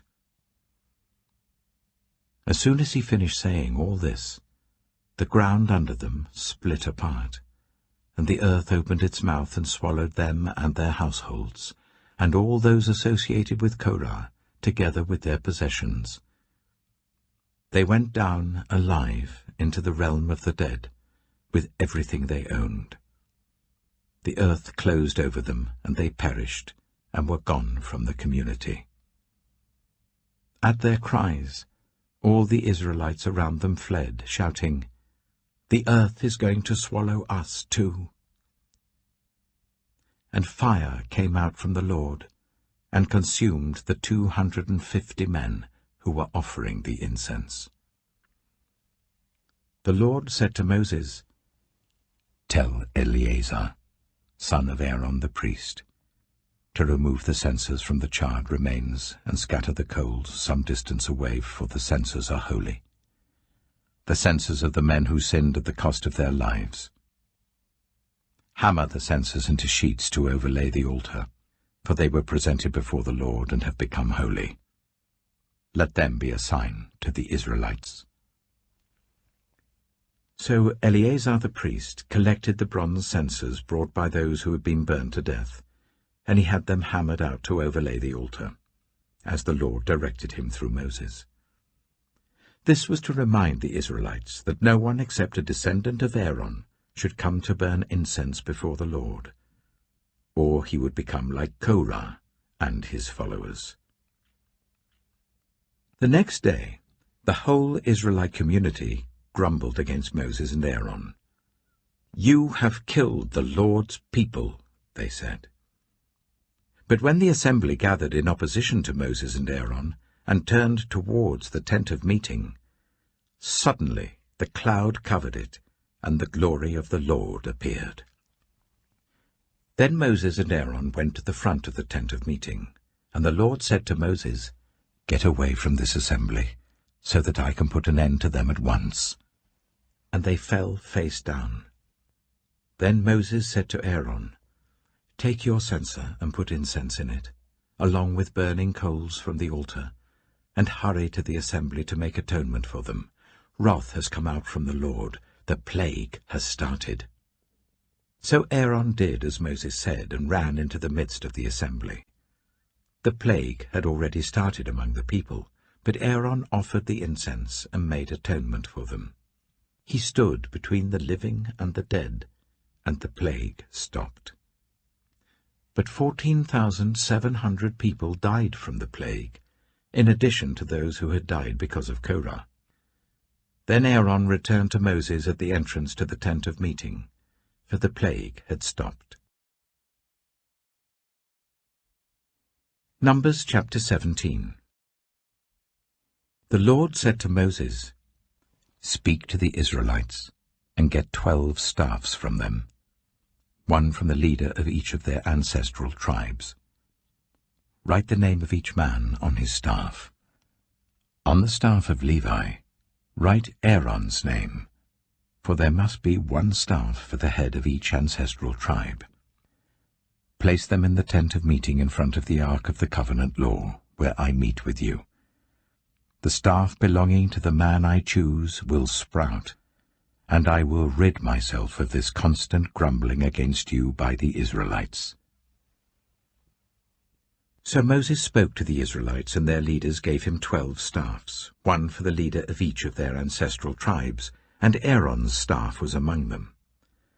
Moses placed the staffs before the Lord in the tent of the covenant law. The next day Moses entered the tent and saw that Aaron's staff, which represented the tribe of Levi, had not only sprouted, but had budded, blossomed, and produced almonds. Then Moses brought out all the staffs from the Lord's presence to all the Israelites. They looked at them, and each of the leaders took his own staff. The Lord said to Moses, "Put back Aaron's staff in front of the ark of the covenant law, to be kept as a sign to the rebellious. This will put an end to their grumbling against me, so that they will not die." Moses did just as the Lord commanded him. The Israelites said to Moses, "We shall die. We are lost. We are all lost. Anyone who even comes near the tabernacle of the Lord will die. Are we all going to die?" Numbers chapter 18. The Lord said to Aaron, "You, your sons, and your family are to bear the responsibility for offences connected with the sanctuary, and you and your sons alone are to bear the responsibility for offences connected with the priesthood. Bring your fellow Levites from your ancestral tribe to join you and assist you when you and your sons minister before the tent of the covenant law, They are to be held responsible to you, and are to perform all the duties of the tent. But they must not go near the furnishings of the sanctuary or the altar, otherwise both they and you will die. They are to join you and be responsible for the care of the tent of meeting, all the work at the tent, and no one else may come near where you are. You are to be responsible for the care of the sanctuary and the altar, so that my wrath will not fall on the Israelites again. I myself have selected your fellow Levites from among the Israelites as a gift to you, dedicated to the Lord to do the work at the tent of meeting. But only you and your sons may serve as priests in connection with everything at the altar and inside the curtain. I am giving you the service of the priesthood as a gift. Anyone else who comes near the sanctuary is to be put to death." Then the Lord said to Aaron, "I myself have put you in charge of the offerings presented to me. All the holy offerings the Israelites give me, I give to you and your sons as your portion, your perpetual share. You are to have the part of the most holy offerings that is kept from the fire. From all the gifts they bring me as most holy offerings, whether grain or sin or guilt offerings, that part belongs to you and your sons. Eat it as something most holy. Every male shall eat it. You must regard it as holy. This also is yours. Whatever is set aside from the gifts of all the wave offerings of the Israelites, I give this to you and your sons and daughters as your perpetual share. Everyone in your household who is ceremonially clean may eat it. I give you all the finest olive oil and all the finest new wine and grain they give to the Lord as the firstfruits of their harvest. All the land's firstfruits that they bring to the Lord will be yours. Everyone in your household who is ceremonially clean may eat it. Everything in Israel that is devoted to the Lord is yours. The first offspring of every womb, both human and animal, that is offered to the Lord is yours. But you must redeem every firstborn son and every firstborn male of unclean animals. When they are a month old, you must redeem them at the redemption price set at 5 shekels of silver, according to the sanctuary shekel, which weighs 20 gerahs. But you must not redeem the firstborn of an ox, a sheep, or a goat. They are holy. Splash their blood against the altar, and burn their fat as a food offering, an aroma pleasing to the Lord. Their meat is to be yours, just as the breast of the wave offering and the right thigh are yours. Whatever is set aside from the holy offerings the Israelites present to the Lord, I give to you and your sons and daughters as your perpetual share. It is an everlasting covenant of salt before the Lord, for both you and your offspring."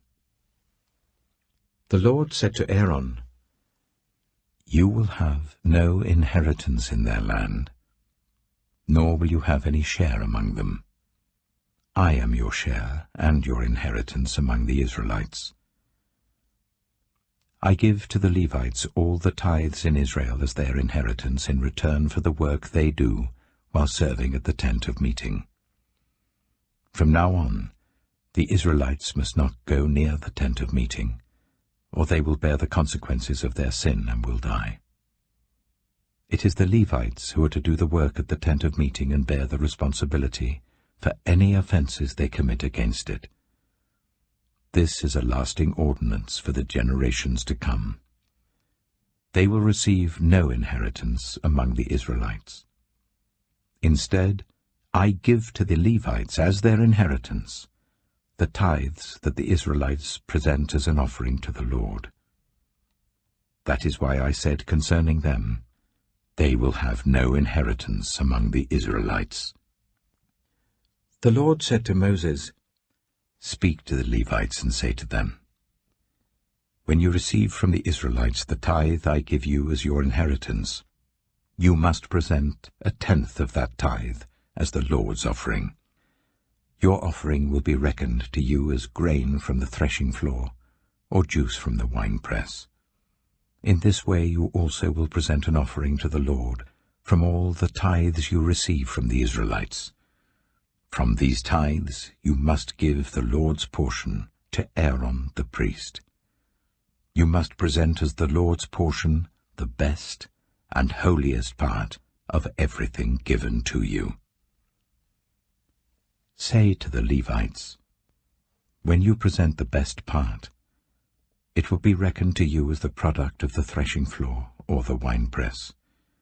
You and your households may eat the rest of it anywhere, for it is your wages for your work at the tent of meeting. By presenting the best part of it, you will not be guilty in this matter. Then you will not defile the holy offerings of the Israelites, and you will not die. Numbers chapter 19. The Lord said to Moses and Aaron, "This is a requirement of the law that the Lord has commanded. Tell the Israelites to bring you a red heifer without defect or blemish, and that has never been under a yoke. Give it to Eleazar the priest. It is to be taken outside the camp and slaughtered in his presence. Then Eleazar the priest is to take some of its blood on his finger and sprinkle it 7 times towards the front of the tent of meeting. While he watches, the heifer is to be burned, its hide, flesh, blood, and intestines. The priest is to take some cedar wood, hyssop, and scarlet wool, and throw them onto the burning heifer. After that, the priest must wash his clothes and bathe himself with water. He may then come into the camp, but he will be ceremonially unclean till evening. The man who burns it must also wash his clothes and bathe with water, and he too will be unclean till evening. A man who is clean shall gather up the ashes of the heifer and put them in a ceremonially clean place outside the camp. They are to be kept by the Israelite community for use in the water of cleansing. It is for purification from sin. The man who gathers up the ashes of the heifer must also wash his clothes, and he too will be unclean till evening. This will be a lasting ordinance both for the Israelites and for the foreigners residing among them. Whoever touches a human corpse will be unclean for 7 days. They must purify themselves with the water on the 3rd day and on the 7th day. Then they will be clean. But if they do not purify themselves on the 3rd and 7th day, they will not be clean. If they fail to purify themselves after touching a human corpse, they defile the Lord's tabernacle. They must be cut off from Israel. Because the water of cleansing has not been sprinkled on them, they are unclean. Their uncleanness remains on them. This is the law that applies when a person dies in a tent. Anyone who enters the tent, and anyone who is in it, will be unclean for 7 days. And every open container without a lid fastened on it will be unclean. Anyone out in the open who touches someone who has been killed with a sword, or someone who has died a natural death, or anyone who touches a human bone or a grave, will be unclean for 7 days. For the unclean person, put some ashes from the burned purification offering into a jar, and pour fresh water over them. Then a man who is ceremonially clean is to take some hyssop, dip it in the water and sprinkle the tent and all the furnishings and the people who were there.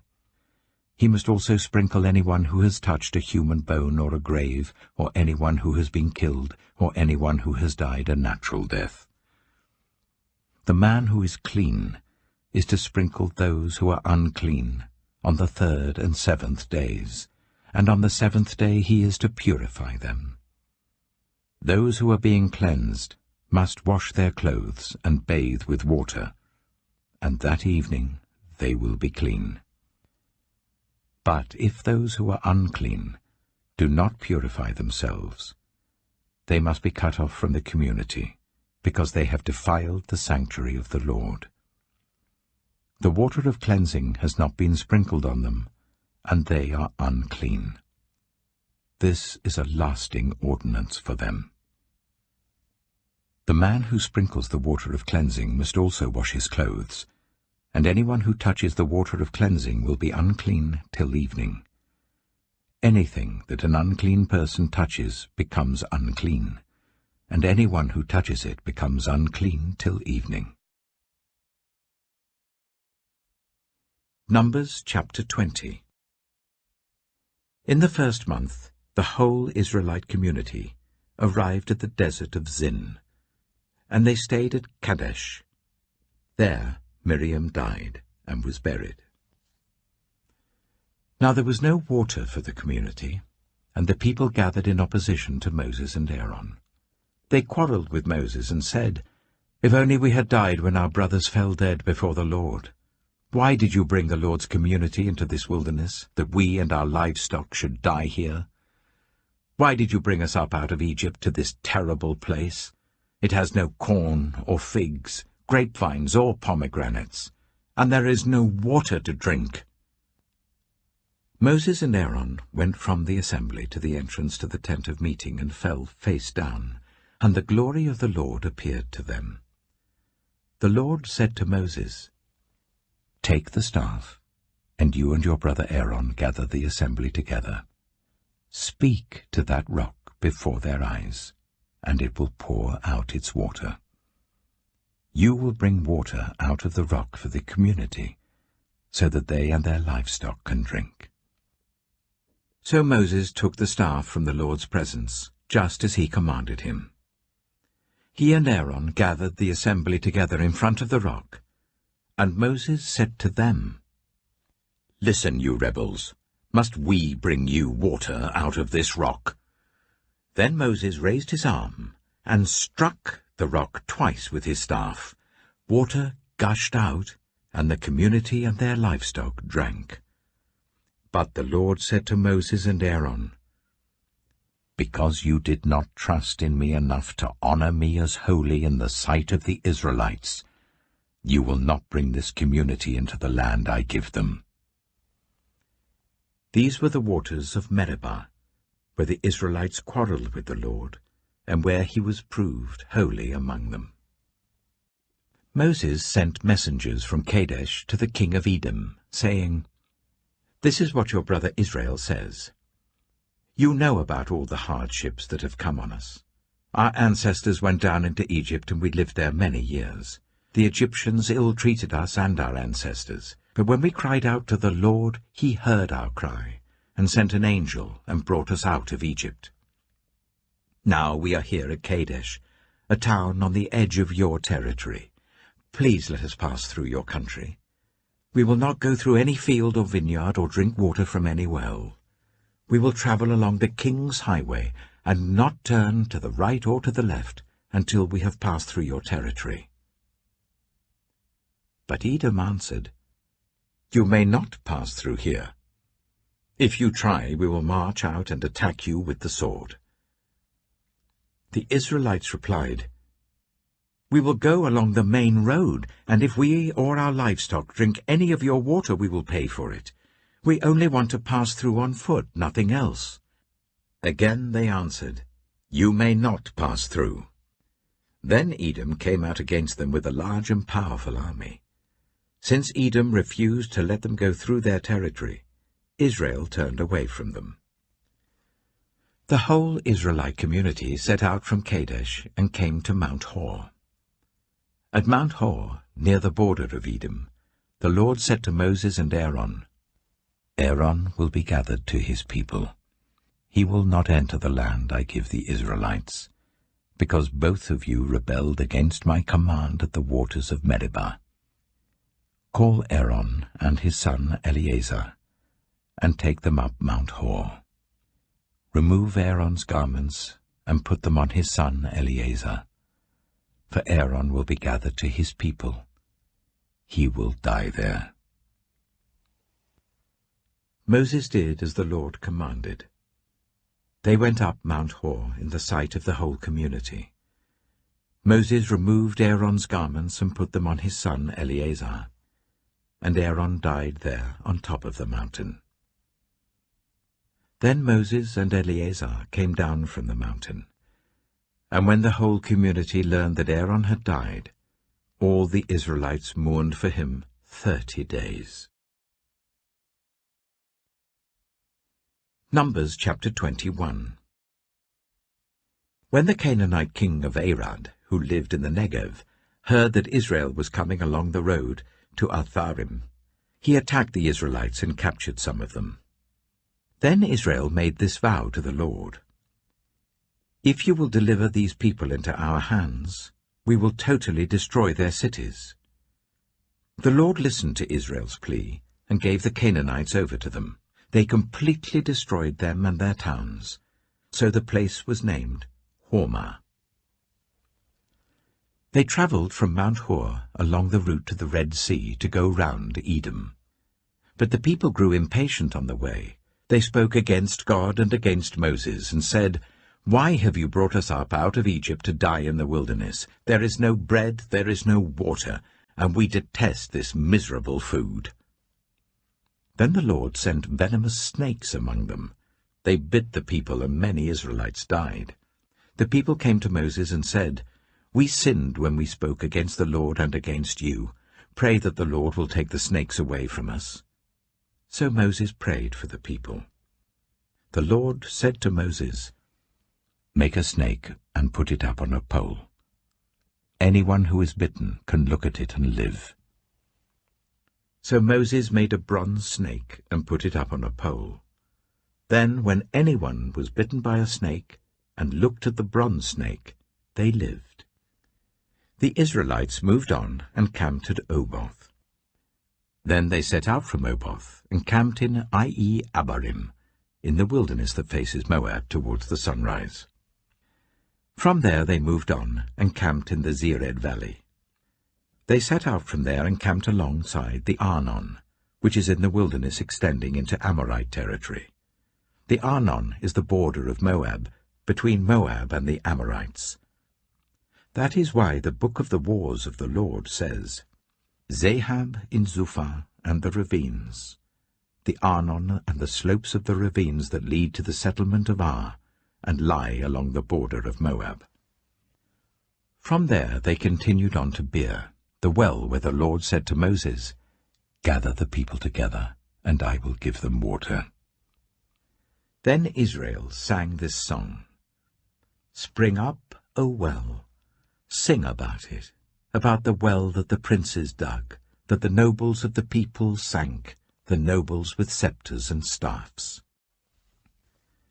Then they went from the wilderness to Mattanah, from Mattanah to Nahaliel, from Nahaliel to Bamoth, and from Bamoth to the valley in Moab, where the top of Pisgah overlooks the wasteland. Israel sent messengers to say to Sihon, king of the Amorites, "Let us pass through your country. We will not turn aside into any field or vineyard or drink water from any well. We will travel along the king's highway until we have passed through your territory." But Sihon would not let Israel pass through his territory. He mustered his entire army and marched out into the wilderness against Israel. When he reached Jahaz, he fought with Israel. Israel, however, put him to the sword and took over his land from the Arnon to the Jabbok, but only as far as the Ammonites, because their border was fortified. Israel captured all the cities of the Amorites and occupied them, including Heshbon and all its surrounding settlements. Heshbon was the city of Sihon, king of the Amorites, who had fought against the former king of Moab, and had taken from him all his land as far as the Arnon. That is why the poets say, "Come to Heshbon and let it be rebuilt. Let Sihon's city be restored." Fire went out from Heshbon, a blaze from the city of Sihon. It consumed Ar of Moab, the citizens of Arnon's heights. Woe to you, Moab! You are destroyed, people of Chemosh. He has given up his sons as fugitives and his daughters as captives to Sihon, king of the Amorites. But we have overthrown them. Heshbon's dominion has been destroyed all the way to Dibon, and we have demolished them as far as Nophah, which extends to Medeba. So Israel settled in the land of the Amorites. After Moses had sent spies to Jazer, the Israelites captured its surrounding settlements and drove out the Amorites who were there. Then they turned and went up along the road towards Bashan, and Og, king of Bashan, and his whole army marched out to meet them in battle at Edrei. The Lord said to Moses, "Do not be afraid of him, for I have delivered him into your hands, along with his whole army and his land. Do to him what you did to Sihon, king of the Amorites, who reigned in Heshbon." So they struck him down, together with his sons and his whole army, leaving them no survivors, and they took possession of his land. Numbers chapter 22. Then the Israelites travelled to the plains of Moab and camped along the Jordan opposite Jericho. Now Balak, son of Zippor, saw all that Israel had done to the Amorites, and Moab was terrified because there were so many people. Indeed, Moab was filled with dread because of the Israelites. The Moabites said to the elders of Midian, "This horde is going to lick up everything around us, as an ox licks up the grass of the field." So Balak, son of Zippor, who was king of Moab at that time, sent messengers to summon Balaam, son of Beor, who was at Pethor, near the river Euphrates, in his native land. Balak said, "A people has come out of Egypt. They cover the face of the land and have settled next to me. Now come and put a curse on these people, because they are too powerful for me. Perhaps then I will be able to defeat them and drive them out of the land. For I know that whoever you bless is blessed, and whoever you curse is cursed." The elders of Moab and Midian left, taking with them the fee for divination. When they came to Balaam, they told him what Balak had said. "Spend the night here," Balaam said to them, "and I will report back to you with the answer the Lord gives me." So the Moabite officials stayed with him. God came to Balaam and asked, "Who are these men with you?" Balaam said to God, "Balak, son of Zippor, king of Moab, sent me this message. A people that has come out of Egypt covers the face of the land. Now come and put a curse on them for me. Perhaps then I will be able to fight them and drive them away." But God said to Balaam, "Do not go with them. You must not put a curse on those people, because they are blessed." The next morning Balaam got up and said to Balak's officials, "Go back to your own country, for the Lord has refused to let me go with you." So the Moabite officials returned to Balak and said, "Balaam refused to come with us." Then Balak sent other officials, more numerous and more distinguished than the first. They came to Balaam and said, "This is what Balak son of Zippor says. Do not let anything keep you from coming to me, because I will reward you handsomely and do whatever you say. Come and put a curse on these people for me." But Balaam answered them, "Even if Balak gave me all the silver and gold in his palace, I could not do anything great or small to go beyond the command of the Lord my God. Now spend the night here so that I can find out what else the Lord will tell me." That night God came to Balaam and said, "Since these men have come to summon you, go with them, but do only what I tell you." Balaam got up in the morning, saddled his donkey, and went with the Moabite officials. But God was very angry when he went, and the angel of the Lord stood in the road to oppose him. Balaam was riding on his donkey, and his 2 servants were with him. When the donkey saw the angel of the Lord standing in the road with a drawn sword in his hand, it turned off the road into a field. Balaam beat it to get it back on the road. Then the angel of the Lord stood in a narrow path through the vineyards with walls on both sides. When the donkey saw the angel of the Lord, it pressed close to the wall, crushing Balaam's foot against it. So he beat the donkey again. Then the angel of the Lord moved on ahead and stood in a narrow place where there was no room to turn, either to the right or to the left. When the donkey saw the angel of the Lord, it lay down under Balaam, and he was angry and beat it with his staff.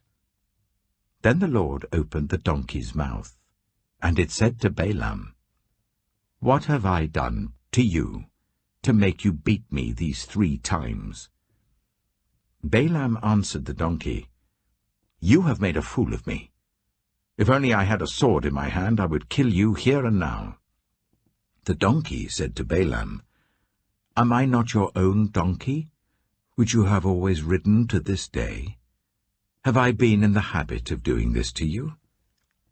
"No," he said. Then the Lord opened Balaam's eyes, and he saw the angel of the Lord standing in the road with his sword drawn. So he bowed low and fell face down. The angel of the Lord asked him, "Why have you beaten your donkey these 3 times? I have come here to oppose you because your path is a reckless one before me. The donkey saw me and turned away from me these 3 times. If it had not turned away, I would certainly have killed you by now, but I would have spared it." Balaam said to the angel of the Lord, "I have sinned. I did not realize you were standing in the road to oppose me. Now, if you are displeased, I will go back." The angel of the Lord said to Balaam, "Go with the men, but speak only what I tell you." So Balaam went with Balak's officials. When Balak heard that Balaam was coming, he went out to meet him at the Moabite town on the Arnon border, at the edge of his territory. Balak said to Balaam, "Did I not send you an urgent summons? Why didn't you come to me? Am I really not able to reward you?" "Well, I've come to you now," Balaam replied, "but I can't say whatever I please. I must speak only what God puts in my mouth." Then Balaam went with Balak to Kiriath-Huzoth. Balak sacrificed cattle and sheep and gave some to Balaam and the officials who were with him. The next morning Balak took Balaam up to Bamoth Baal, and from there he could see the outskirts of the Israelite camp. Numbers chapter 23. Balaam said, "Build me 7 altars here, and prepare 7 bulls and 7 rams for me." Balak did as Balaam said, and the 2 of them offered a bull and a ram on each altar. Then Balaam said to Balak, "Stay here beside your offering while I go aside. Perhaps the Lord will come to meet with me. Whatever he reveals to me I will tell you." Then he went off to a barren height. God met with him, and Balaam said, "I have prepared 7 altars, and on each altar I have offered a bull and a ram." The Lord put a word in Balaam's mouth and said, "Go back to Balak and give him this word." So he went back to him and found him standing beside his offering with all the Moabite officials. Then Balaam spoke his message. "Balak brought me from Aram, the king of Moab from the eastern mountains. 'Come,' he said, 'curse Jacob for me.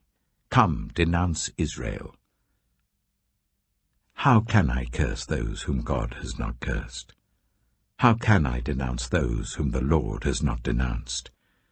From the rocky peaks I see them, from the heights I view them. I see people who live apart and do not consider themselves one of the nations. Who can count the dust of Jacob, or number even 1/4 of Israel? Let me die the death of the righteous, and may my final end be like theirs." Balak said to Balaam, "What have you done to me? I brought you to curse my enemies, but you have done nothing but bless them." He answered, "Must I not speak what the Lord puts in my mouth?" Then Balak said to him, "Come with me to another place where you can see them. You will not see them all, but only the outskirts of their camp, and from there curse them for me." So he took him to the field of Zophim on the top of Pisgah, and there he built 7 altars and offered a bull and a ram on each altar. Balaam said to Balak, "Stay here beside your offering, while I meet with him over there." The Lord met with Balaam and put a word in his mouth and said, "Go back to Balak and give him this word." So he went to him and found him standing beside his offering with the Moabite officials. Balak asked him, "What did the Lord say?" Then he spoke his message. "Arise, Balak, and listen. Hear me, son of Zippor. God is not human, that he should lie, not a human being, that he should change his mind.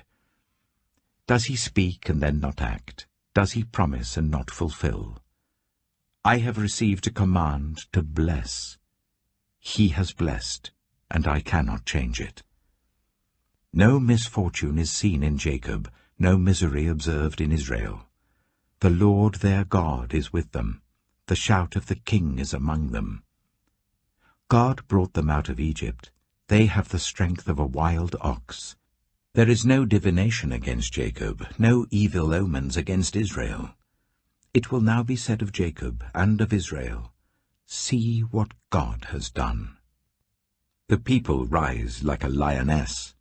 They rouse themselves like a lion that does not rest till it devours its prey and drinks the blood of its victims. Then Balak said to Balaam, Neither curse them at all, nor bless them at all. Balaam answered, Did I not tell you I must do whatever the Lord says? Then Balak said to Balaam, Come, let me take you to another place. Perhaps it will please God to let you curse them for me from there. And Balak took Balaam to the top of Peor, overlooking the wasteland. Balaam said, Build me 7 altars here, and prepare 7 bulls and 7 rams for me. Balak did as Balaam had said, and offered a bull and a ram on each altar. Numbers chapter 24.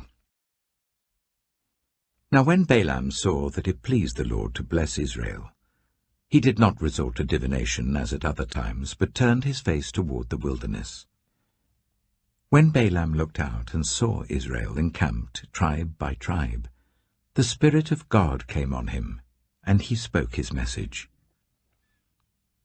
The prophecy of Balaam, son of Beor, the prophecy of one whose eye sees clearly, the prophecy of one who hears the words of God, who sees a vision from the Almighty, who falls prostrate and whose eyes are opened. How beautiful are your tents, Jacob, your dwelling places, Israel. Like valleys they spread out, like gardens beside a river, like aloes planted by the Lord, like cedars beside the waters. Water will flow from their buckets, their seed will have abundant water. Their king will be greater than Agag, their kingdom will be exalted. God brought them out of Egypt, they have the strength of a wild ox. They devour hostile nations and break their bones in pieces. With their arrows they pierce them. Like a lion they crouch and lie down, like a lioness. Who dares to rouse them? May those who bless you be blessed, and those who curse you be cursed. Then Balak's anger burned against Balaam. He struck his hands together and said to him, I summoned you to curse my enemies, but you have blessed them these 3 times. Now leave at once and go home. I said I would reward you handsomely, but the Lord has kept you from being rewarded. Balaam answered Balak, Did I not tell the messengers you sent me? Even if Balak gave me all the silver and gold in his palace, I could not do anything of my own accord, good or bad, to go beyond the command of the Lord. And I must say only what the Lord says. Now I am going back to my people, but come, let me warn you of what this people will do to your people in days to come. Then he spoke his message. The prophecy of Balaam son of Beor. The prophecy of one whose eye sees clearly. The prophecy of one who hears the words of God, who has knowledge from the Most High, who sees a vision from the Almighty, who falls prostrate, and whose eyes are opened. I see him, but not now. I behold him, but not near. A star will come out of Jacob, a scepter will rise out of Israel. He will crush the foreheads of Moab, the skulls of all the people of Sheth. Edom will be conquered. Seir, his enemy, will be conquered, but Israel will grow strong. A ruler will come out of Jacob and destroy the survivors of the city. Then Balaam saw Amalek and spoke his message. Amalek was first among the nations, but their end will be utter destruction. Then he saw the Kenites and spoke his message. Your dwelling place is secure, your nest is set in a rock, yet you Kenites will be destroyed when Ashur takes you captive. Then he spoke his message. Alas, who can live when God does this? Ships will come from the shores of Cyprus. They will subdue Ashur and Eber, but they too will come to ruin. Then Balaam got up and returned home, and Balak went his own way. Numbers chapter 25. While Israel was staying in Shittim, the men began to indulge in sexual immorality with Moabite women, who invited them to the sacrifices to their gods. The people ate the sacrificial meal and bowed down before these gods. So Israel yoked themselves to the Baal of Peor, and the Lord's anger burned against them. The Lord said to Moses, Take all the leaders of these people, kill them, and expose them in broad daylight before the Lord, so that the Lord's fierce anger may turn away from Israel.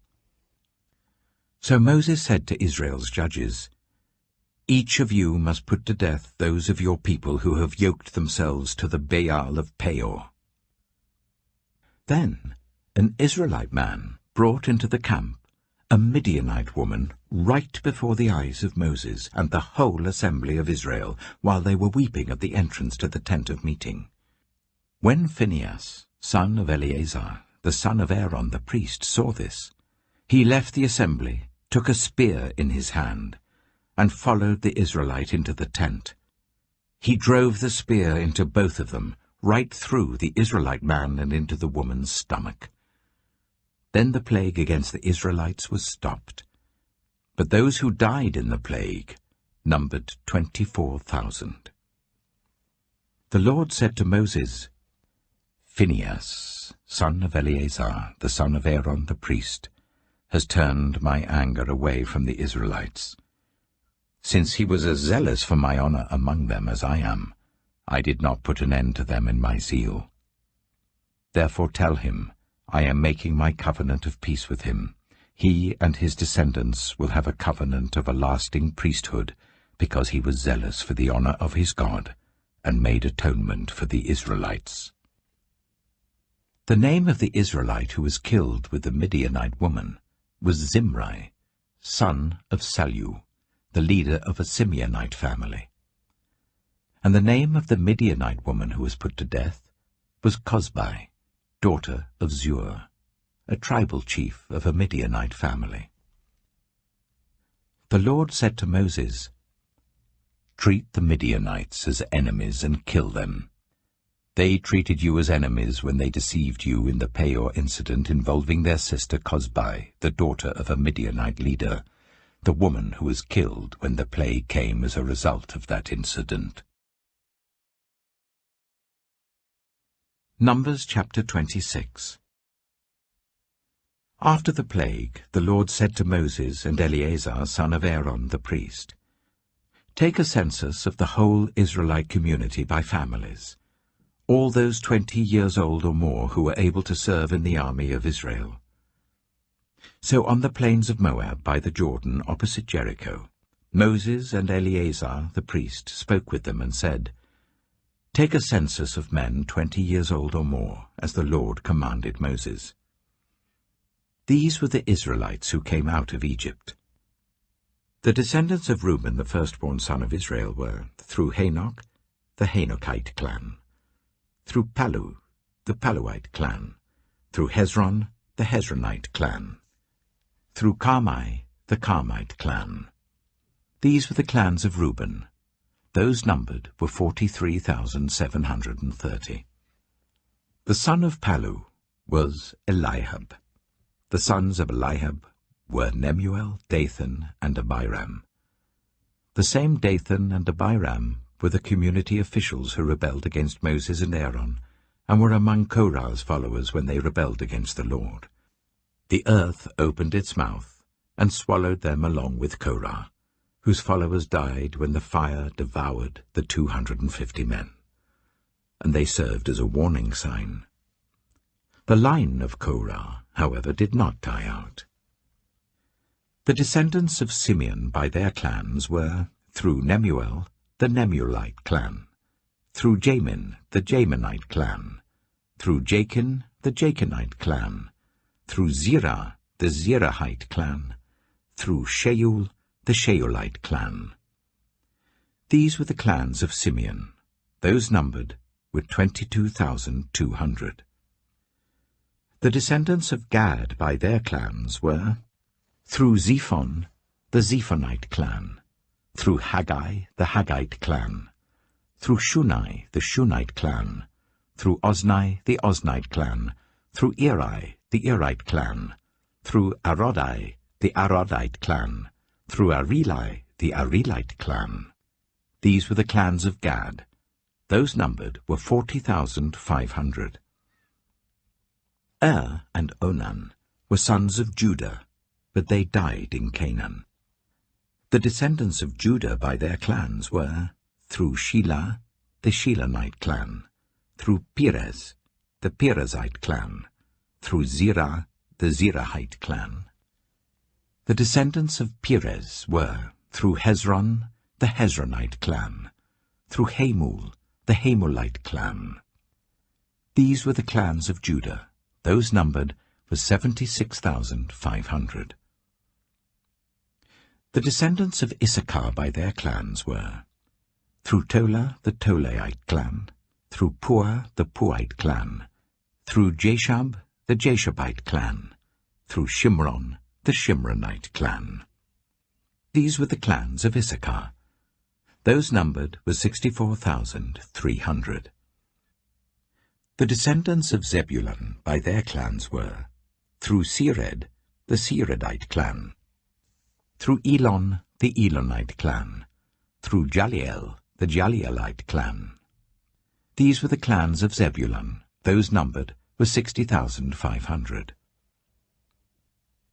The descendants of Joseph by their clans through Manasseh and Ephraim were, the descendants of Manasseh through Machir, the Machirite clan.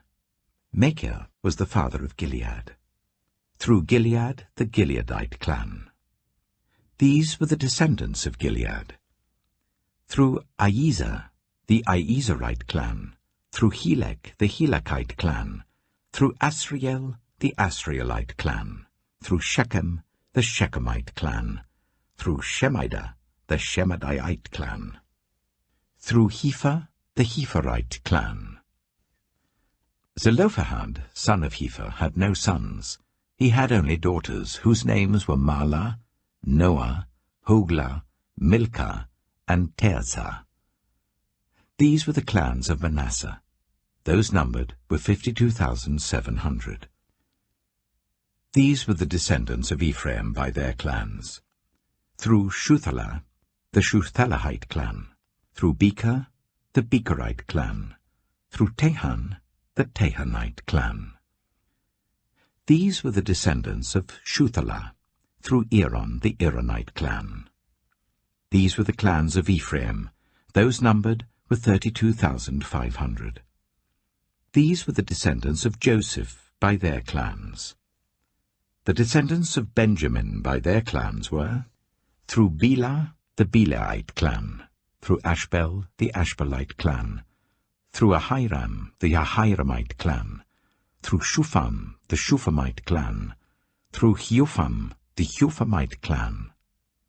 The descendants of Bela through Ard and Naaman were, through Ard, the Ardite clan, through Naaman, the Naamite clan. These were the clans of Benjamin. Those numbered were 45,600. These were the descendants of Dan by their clans, through Shuham, the Shuhamite clan.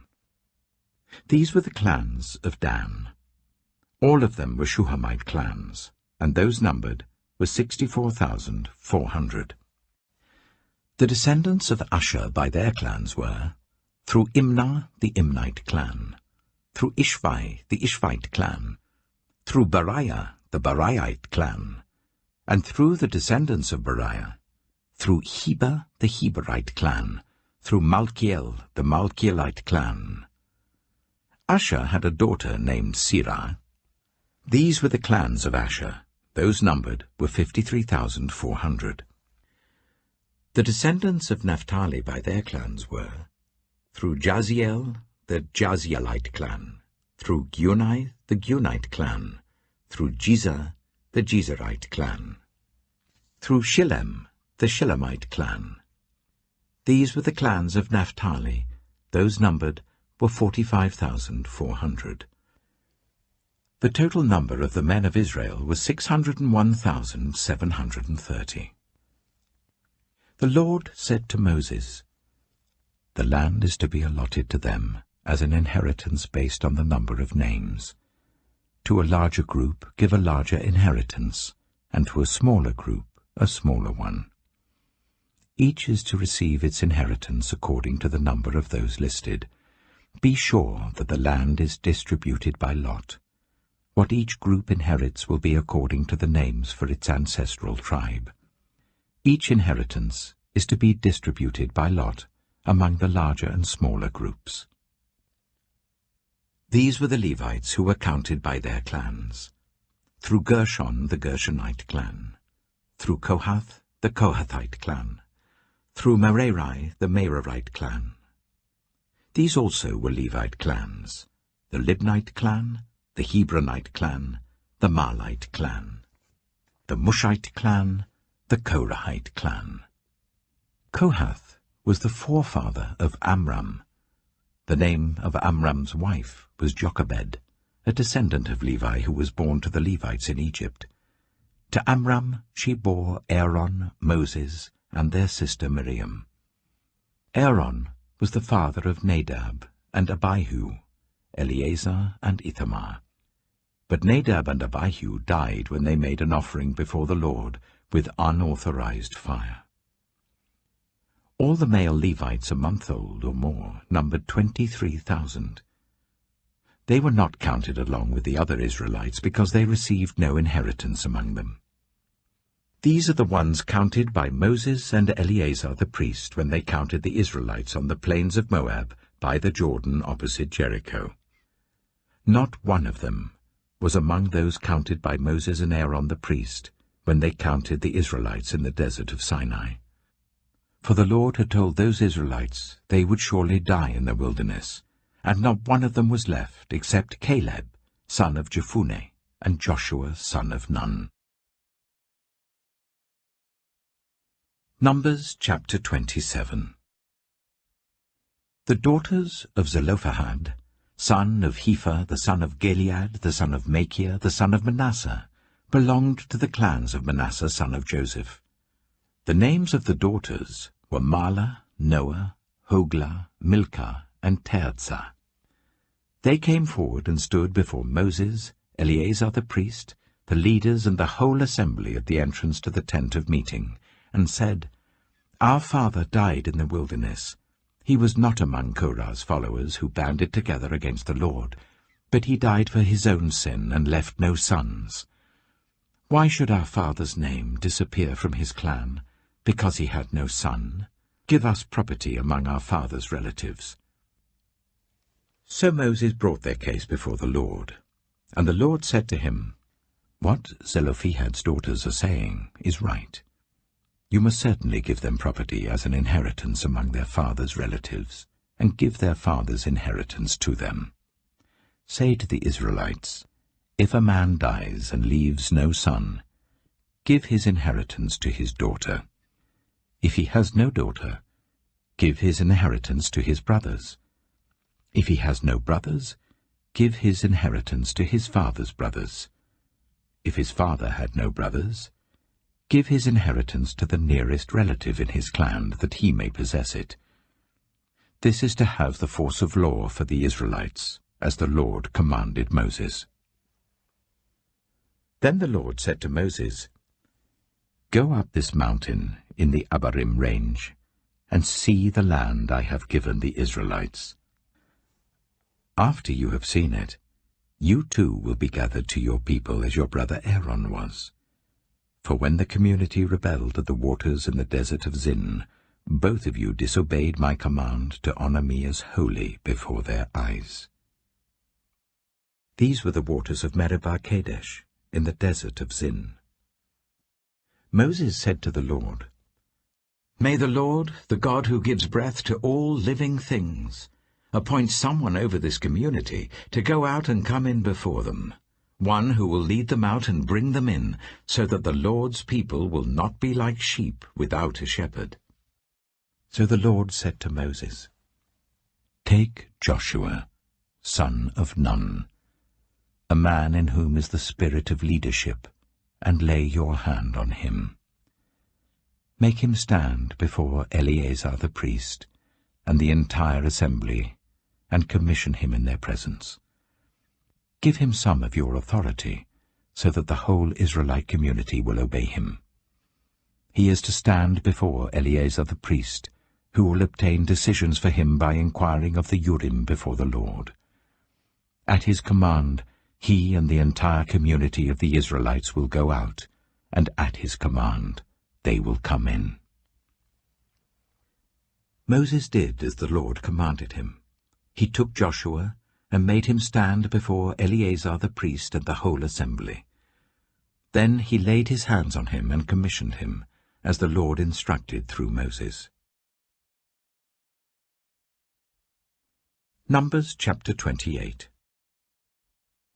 The Lord said to Moses, "Give this command to the Israelites, and say to them, Make sure that you present to me at the appointed time my food offerings, as an aroma pleasing to me.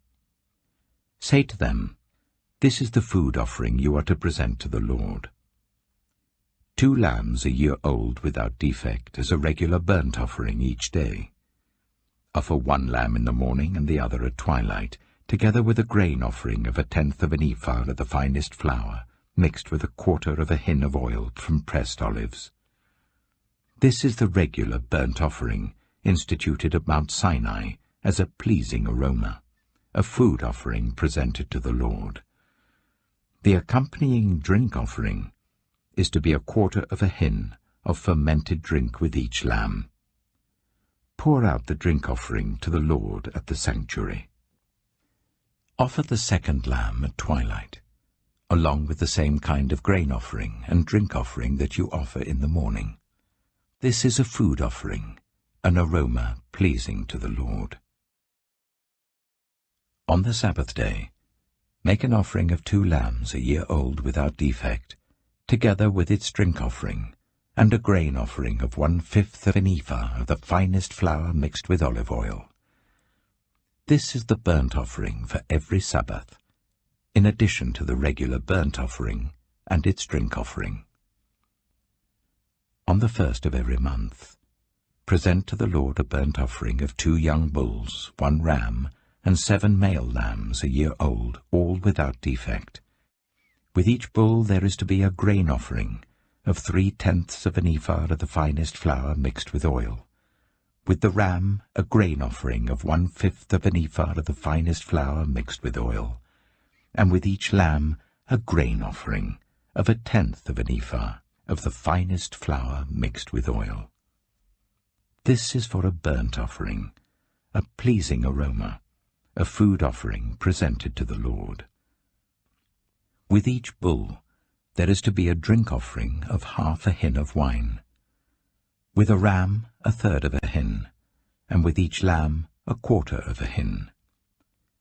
This is the monthly burnt offering to be made at each new moon during the year. Besides the regular burnt offering with its drink offering, one male goat is to be presented to the Lord as a sin offering.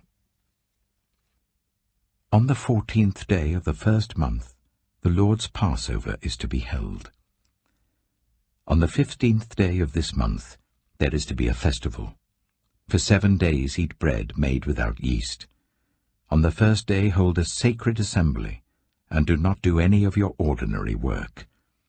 Present to the Lord a food offering consisting of a burnt offering of 2 young bulls, 1 ram, and 7 male lambs a year old, all without defect.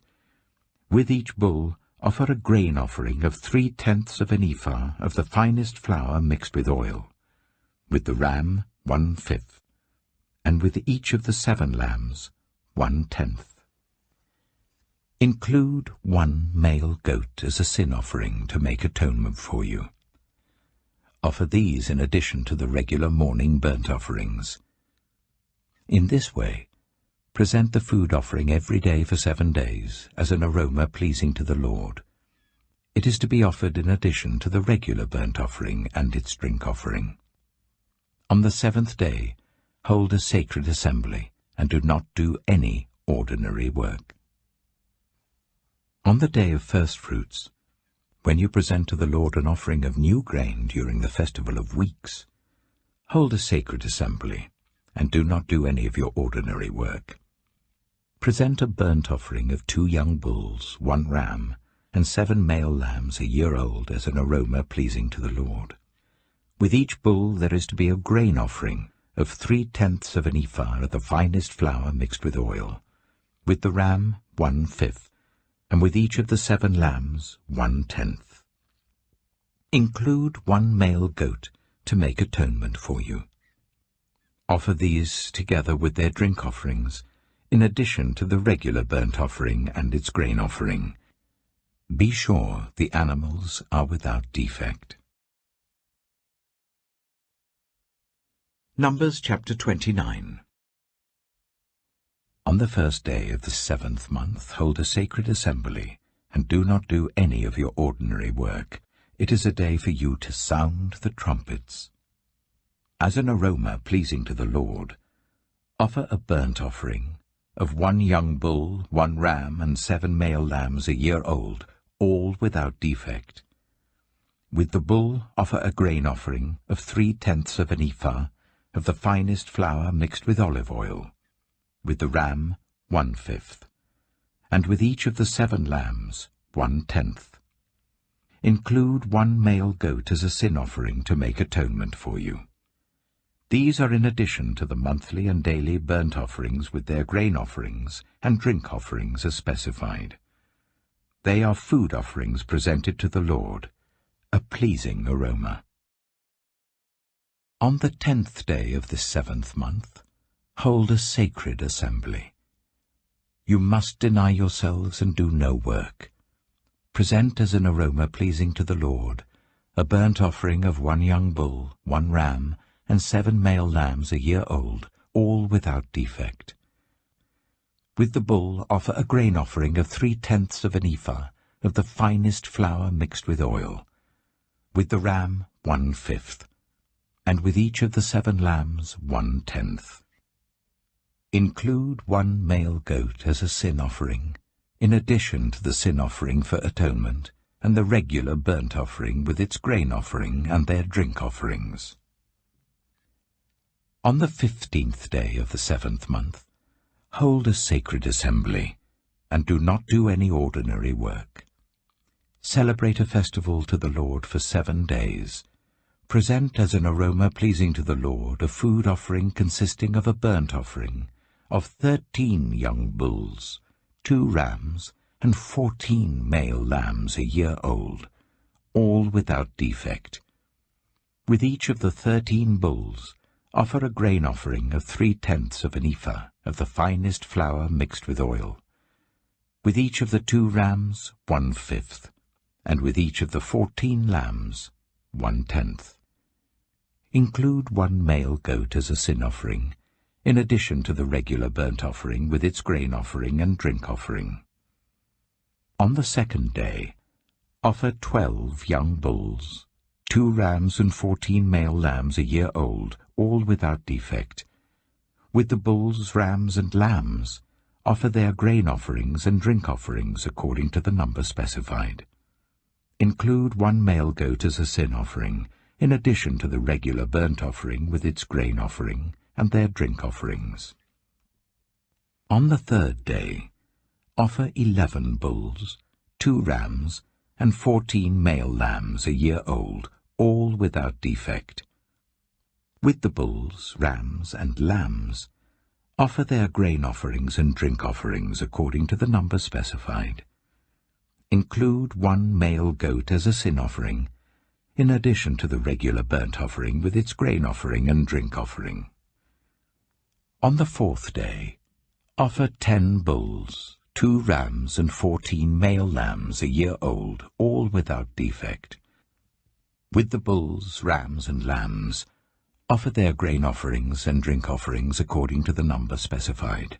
Include 1 male goat as a sin offering, in addition to the regular burnt offering with its grain offering and drink offering. On the 5th day, offer 9 bulls, 2 rams, and 14 male lambs a year old, all without defect. With the bulls, rams, and lambs, offer their grain offerings and drink offerings according to the number specified. Include 1 male goat as a sin offering, in addition to the regular burnt offering with its grain offering and drink offering. On the 6th day, offer 8 bulls, 2 rams, and 14 male lambs a year old, all without defect. With the bulls, rams, and lambs, offer their grain offerings and drink offerings according to the number specified. Include 1 male goat as a sin offering, in addition to the regular burnt offering with its grain offering and drink offering. On the 7th day, offer 7 bulls, 2 rams, and 14 male lambs a year old, all without defect. With the bulls, rams, and lambs, offer their grain offerings and drink offerings according to the number specified. Include 1 male goat as a sin offering, in addition to the regular burnt offering with its grain offering and drink offering. On the 8th day, hold a closing special assembly, and do not do any of your ordinary work. Present as an aroma pleasing to the Lord a food offering consisting of a burnt offering of 1 bull, 1 ram, and 7 male lambs a year old, all without defect. With the bull, the ram, and the lambs, offer their grain offerings and drink offerings according to the number specified. Include 1 male goat as a sin offering, in addition to the regular burnt offering with its grain offering and drink offering. In addition to what you vow, and your free will offerings, offer these to the Lord at your appointed festivals, your burnt offerings, grain offerings, drink offerings, and fellowship offerings. Moses told the Israelites all that the Lord commanded him. Numbers chapter 30. Moses said to the heads of the tribes of Israel, "This is what the Lord commands. When a man makes a vow to the Lord or takes an oath to bind himself by a pledge, he must not break his word, but must do everything he said. When a young woman still living in her father's household makes a vow to the Lord or binds herself by a pledge, and her father hears about her vow or pledge, but says nothing to her, then all her vows and every pledge by which she bound herself will stand. But if her father forbids her when he hears about it, none of her vows or the pledges by which she bound herself will stand. The Lord will release her because her father has forbidden her. If she marries after she makes a vow, or after her lips utter a rash promise by which she binds herself, and her husband hears about it but says nothing to her, then her vows or the pledges by which she bound herself will stand. But if her husband forbids her when he hears about it, he nullifies the vow that binds her, or the rash promise by which she binds herself, and the Lord will release her. Any vow or obligation taken by a widow or divorced woman will be binding on her. If a woman living with her husband makes a vow, or binds herself by a pledge under oath, and her husband hears about it but says nothing to her, and does not forbid her, then all her vows or the pledges by which she bound herself will stand. But if her husband nullifies them when he hears about them, then none of the vows or pledges that came from her lips will stand. Her husband has nullified them, and the Lord will release her. Her husband may confirm or nullify any vow she makes or any sworn pledge to deny herself. But if her husband says nothing to her about it from day to day, then he confirms all her vows or the pledges binding on her. He confirms them by saying nothing to her when he hears about them.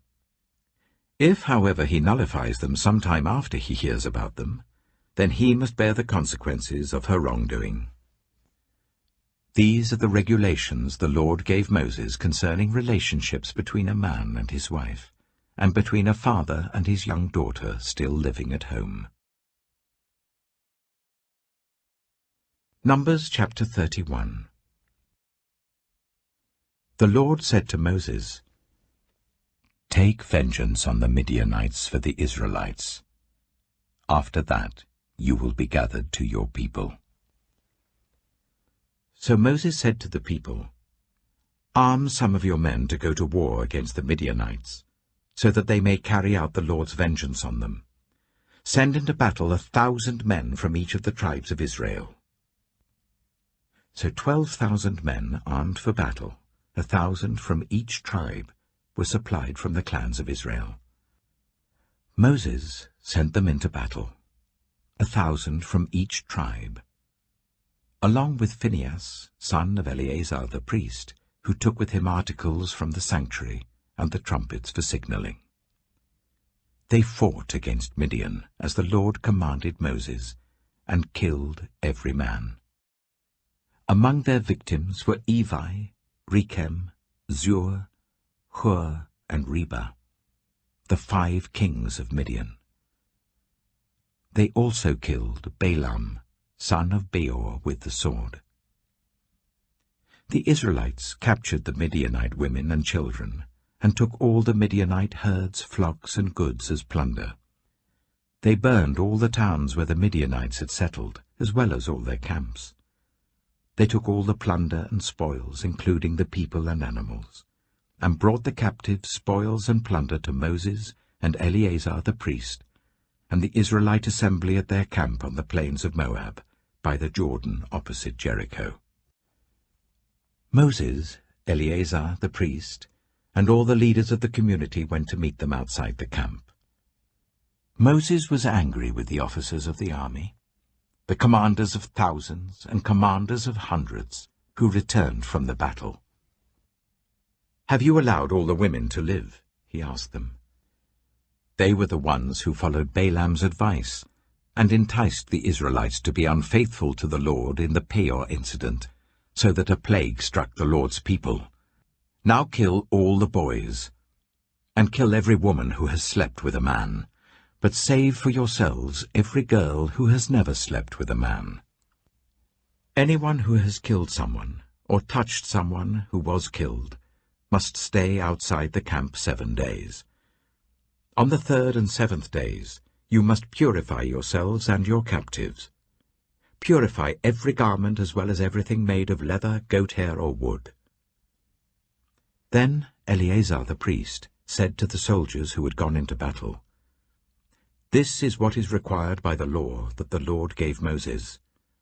Gold, silver, bronze, iron, tin, lead, and anything else that can withstand fire must be put through the fire, and then it will be clean.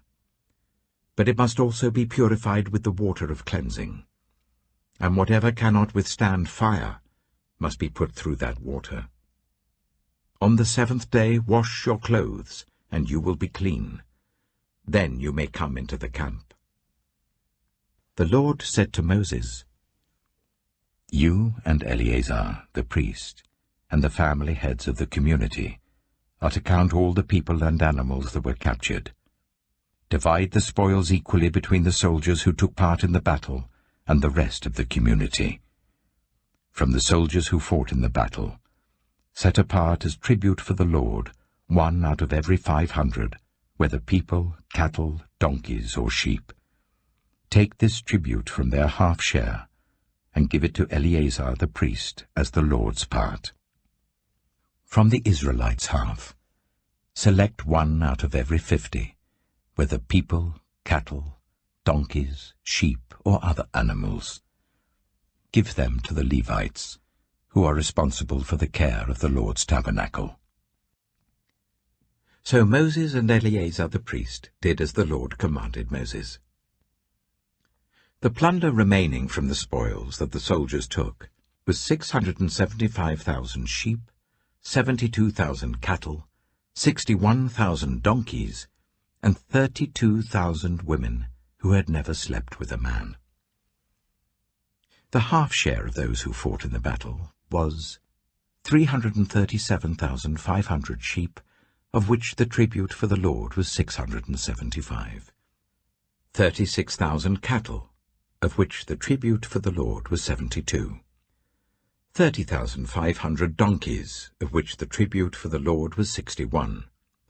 16,000 people, of whom the tribute for the Lord was 32. Moses gave the tribute to Eleazar the priest as the Lord's part, as the Lord commanded Moses. The half belonging to the Israelites, which Moses set apart from that of the fighting men, the community's half, was 337,500 sheep, 36,000 cattle, 30,500 donkeys, and 16,000 people. From the Israelites' half, Moses selected 1 out of every 50 people and animals, as the Lord commanded him, and gave them to the Levites, who were responsible for the care of the Lord's tabernacle. Then the officers who were over the units of the army, the commanders of thousands and commanders of hundreds, went to Moses and said to him, Your servants have counted the soldiers under our command, and not one is missing. So we have brought as an offering to the Lord the gold articles each of us acquired, armlets, bracelets, signet rings, earrings, and necklaces, to make atonement for ourselves before the Lord. Moses and Eleazar the priest accepted from them the gold, all the hand-crafted articles. All the gold from the commanders of thousands and commanders of hundreds that Moses and Eleazar presented as a gift to the Lord weighed 16,750 shekels. Each soldier had taken plunder for himself. Moses and Eleazar the priest accepted the gold from the commanders of thousands and commanders of hundreds, and brought it into the tent of meeting as a memorial for the Israelites before the Lord. Numbers chapter 32. The Reubenites and Gadites, who had very large herds and flocks, saw that the lands of Jazer and Gilead were suitable for livestock. So they came to Moses and Eleazar the priest, and to the leaders of the community, and said, Ataroth, Dibon, Jazer, Nimrah, Heshbon, Elealeh, Sebam, Nebo, and Beon, the land the Lord subdued before the people of Israel, are suitable for livestock, and your servants have livestock. If we have found favor in your eyes, they said, let this land be given to your servants as our possession. Do not make us cross the Jordan. Moses said to the Gadites and Reubenites, Should your fellow Israelites go to war while you sit here? Why do you discourage the Israelites from crossing over into the land the Lord has given them? This is what your fathers did when I sent them from Kadesh Barnea to look over the land. After they went up to the valley of Eshcol and viewed the land, they discouraged the Israelites from entering the land the Lord had given them. The Lord's anger was aroused that day, And he swore this oath: "Because they have not followed me wholeheartedly, not one of those who were 20 years old or more when they came up out of Egypt will see the land I promised on oath to Abraham, Isaac, and Jacob, not one, except Caleb, son of Jephunneh, the Kenizzite, and Joshua, son of Nun, for they followed the Lord wholeheartedly." The Lord's anger burned against Israel, and he made them wander in the wilderness for 40 years, until the whole generation of those who had done evil in his sight was gone. And here you are, a brood of sinners, standing in the place of your fathers and making the Lord even more angry with Israel. If you turn away from following him, he will again leave all this people in the wilderness, and you will be the cause of their destruction. Then they came up to him and said, "We would like to build pens here for our livestock and cities for our women and children. But we will arm ourselves for battle and go ahead of the Israelites until we have brought them to their place. Meanwhile, our women and children will live in fortified cities for protection from the inhabitants of the land. We will not return to our homes until each of the Israelites has received their inheritance. We will not receive any inheritance with them on the other side of the Jordan, because our inheritance has come to us on the east side of the Jordan." Then Moses said to them, "If you will do this, if you will arm yourselves before the Lord for battle, and if all of you who are armed cross over the Jordan before the Lord until he has driven his enemies out before him, then when the land is subdued before the Lord, you may return and be free from your obligation to the Lord and to Israel, and this land will be your possession before the Lord. But if you fail to do this, you will be sinning against the Lord, and you may be sure that your sin will find you out. Build cities for your women and children, and pens for your flocks, but do what you have promised." The Gadites and Reubenites said to Moses, "We, your servants, will do as our Lord commands. Our children and wives, our flocks and herds, will remain here in the cities of Gilead. But your servants, every man who is armed for battle, will cross over to fight before the Lord, just as our Lord says." Then Moses gave orders about them to Eleazar the priest and Joshua son of Nun, and to the family heads of the Israelite tribes. He said to them, "If the Gadites and Reubenites, every man armed for battle, cross over the Jordan with you before the Lord, then when the land is subdued before you, you must give them the land of Gilead as their possession. But if they do not cross over with you armed, they must accept their possession with you in Canaan." The Gadites and Reubenites answered, "Your servants will do what the Lord has said. We will cross over before the Lord into Canaan armed, but the property we inherit will be on this side of the Jordan." Then Moses gave to the Gadites, the Reubenites, and the half-tribe of Manasseh, son of Joseph, the kingdom of Sihon, king of the Amorites, and the kingdom of Og, king of Bashan, the whole land with its cities and the territory around them. The Gadites built up Dibon, Ataroth, Aroah, Atroth-Shophan, Jazer, Jogbedah, Beth-Nimrah, and Beth-Haran, as fortified cities, and built pens for their flocks. And the Reubenites rebuilt Heshbon, Elealeh, and Kiriathaim, as well as Nebo and Baal-Meon. These names were changed. And Sibmah. They gave names to the cities they rebuilt. The descendants of Machir, son of Manasseh, went to Gilead, captured it, and drove out the Amorites who were there. So Moses gave Gilead to the Machirites, the descendants of Manasseh, and they settled there. Jair, a descendant of Manasseh, captured their settlements and called them Havoth-Jair. And Nobah captured Kenath and its surrounding settlements and called it Nobah after himself. Numbers chapter 33. Here are the stages in the journey of the Israelites when they came out of Egypt by divisions under the leadership of Moses and Aaron. At the Lord's command, Moses recorded the stages in their journey. This is their journey by stages. The Israelites set out from Ramesses on the 15th day of the first month, the day after the Passover.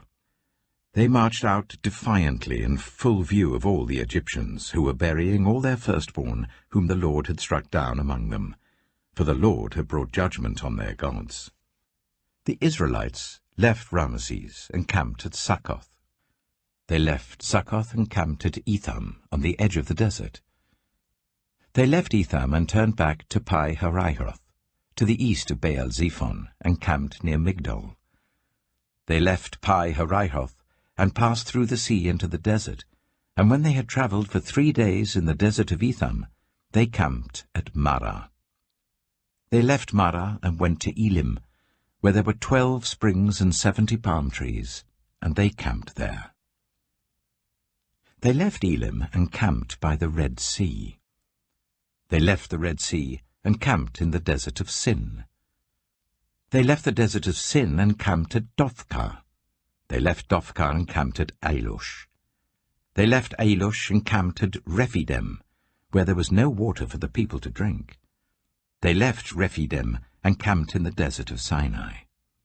They left the desert of Sinai and camped at Kibroth Hattaavah. They left Kibroth Hattaavah and camped at Hazeroth. They left Hazeroth and camped at Rithmah. They left Rithmah and camped at Rimmon-Perez. They left Rimmon-Perez and camped at Libnah. They left Libnah and camped at Rissah. They left Rissah and camped at Kehalath. They left Kehalath and camped at Mount Shepher. They left Mount Shepher and camped at Haredah. They left Haredah and camped at Makheloth. They left Makheloth and camped at Teath. They left Teath and camped at Tirah. They left Tirah and camped at Mithkah. They left Mithkah and camped at Hashmonah. They left Hashmonah and camped at Moseroth. They left Moseroth and camped at Bene-Jaakan. They left Bene-Jaakan and camped at Hor-Haggidgad. They left Hor-Haggidgad and camped at Jothbathah. They left Jothbathah and camped at Abronah. They left Abronah and camped at Ezion-Geber. They left Ezion-Geber and camped at Kadesh in the desert of Zin. They left Kadesh and camped at Mount Hor, on the border of Edom. At the Lord's command, Aaron the priest went up Mount Hor, where he died on the first day of the 5th month of the 40th year, after the Israelites came out of Egypt. Aaron was 123 years old when he died on Mount Hor. The Canaanite king of Arad, who lived in Negev of Canaan, heard that the Israelites were coming. They left Mount Hor and camped at Zalmonah. They left Zalmonah and camped at Punon. They left Punon and camped at Oboth. They left Oboth and camped at Layabarim, on the border of Moab. They left Layabarim and camped at Dibon-Gad. They left Dibon-Gad and camped at Almon-Diblathaim.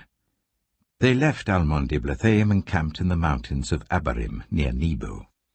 They left the mountains of Abarim and camped on the plains of Moab by the Jordan opposite Jericho. There, on the plains of Moab, they camped along the Jordan from Beth-Jeshimoth to Abel-Shittim. On the plains of Moab by the Jordan opposite Jericho, the Lord said to Moses, "Speak to the Israelites and say to them, when you cross the Jordan into Canaan, drive out all the inhabitants of the land before you. Destroy all their carved images and their cast idols, and demolish all their high places. Take possession of the land, and settle in it, for I have given you the land to possess. Distribute the land by lot according to your clans. To a larger group give a larger inheritance, and to a smaller group a smaller one. Whatever falls to them by lot will be theirs. Distribute it according to your ancestral tribes. But if you do not drive out the inhabitants of the land, those you allow to remain will become barbs in your eyes and thorns in your sides. They will give you trouble in the land where you live, and then I will do to you what I plan to do to them." Numbers chapter 34. The Lord said to Moses, "Command the Israelites and say to them, when you enter Canaan, the land that will be allotted to you as an inheritance is to have these boundaries. Your southern side will include some of the desert of Zin along the border of Edom. Your southern boundary will start in the east from the southern end of the Dead Sea, cross south of Scorpion Pass, continue on to Zin, and go south of Kadesh Barnea. Then it will go to Hazar Adar and over to Asmon, where it will turn, join the Wadi of Egypt, and end at the Mediterranean Sea. Your western boundary will be the coast of the Mediterranean Sea. This will be your boundary on the west. For your northern boundary, run a line from the Mediterranean Sea to Mount Hor, and from Mount Hor to Lebo Hamath. Then the boundary will go to Zidad, continue to Ziphron, and end at Hazar Enan. This will be your boundary on the north. For your eastern boundary, run a line from Hazar Enan to Shepham. The boundary will go from Shepham to Riblah on the east side of Ain, and continue along the slopes east of the Sea of Galilee. Then the boundary will go down along the Jordan and end at the Dead Sea. This will be your land, with its boundaries on every side. Moses commanded the Israelites, "Assign this land by lot as an inheritance. The Lord has ordered that it be given to the 9½ tribes, because the families of the tribe of Reuben, the tribe of Gad, and the half-tribe of Manasseh have received their inheritance.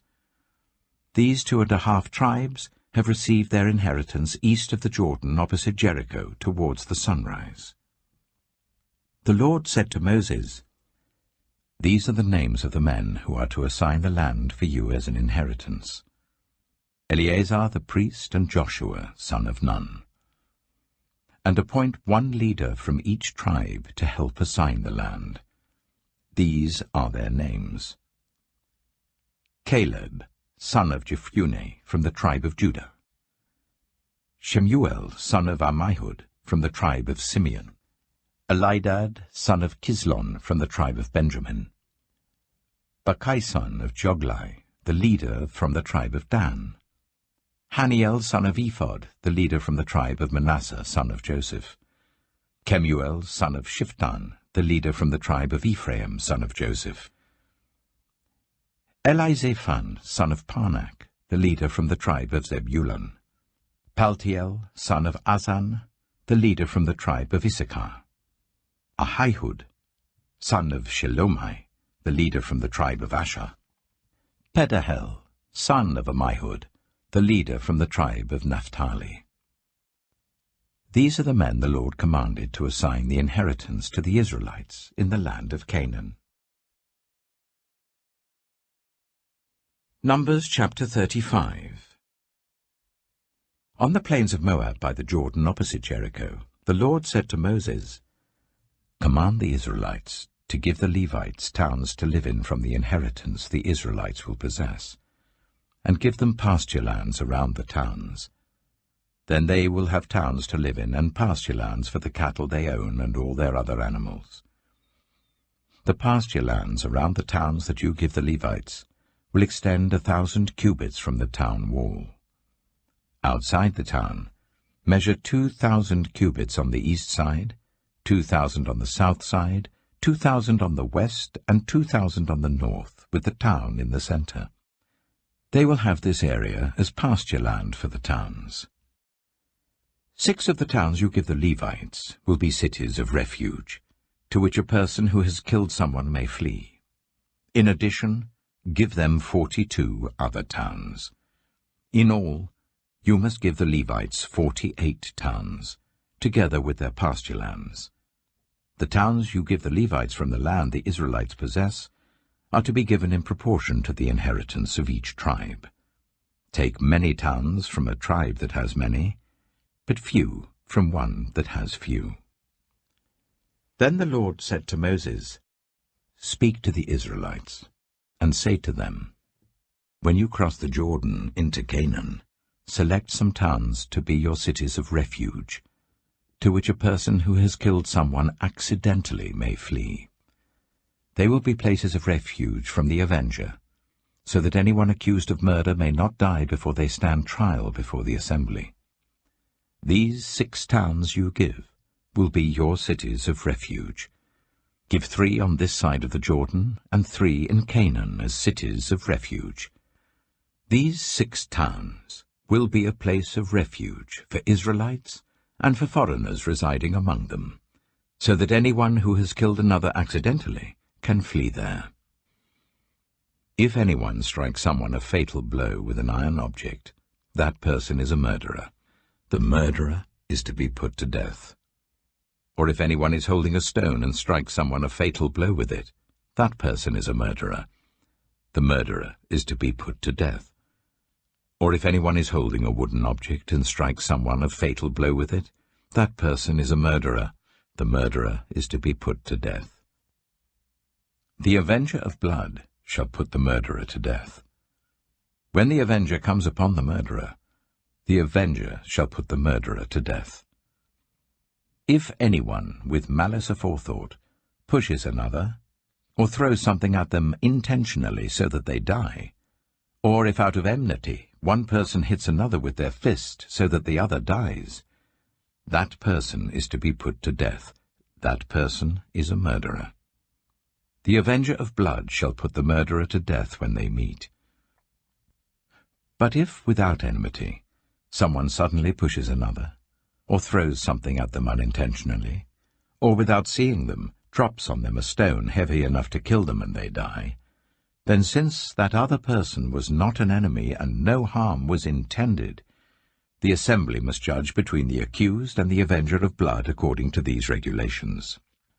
The assembly must protect the one accused of murder from the avenger of blood, and send the accused back to the city of refuge to which they fled. The accused must stay there until the death of the high priest who was anointed with holy oil.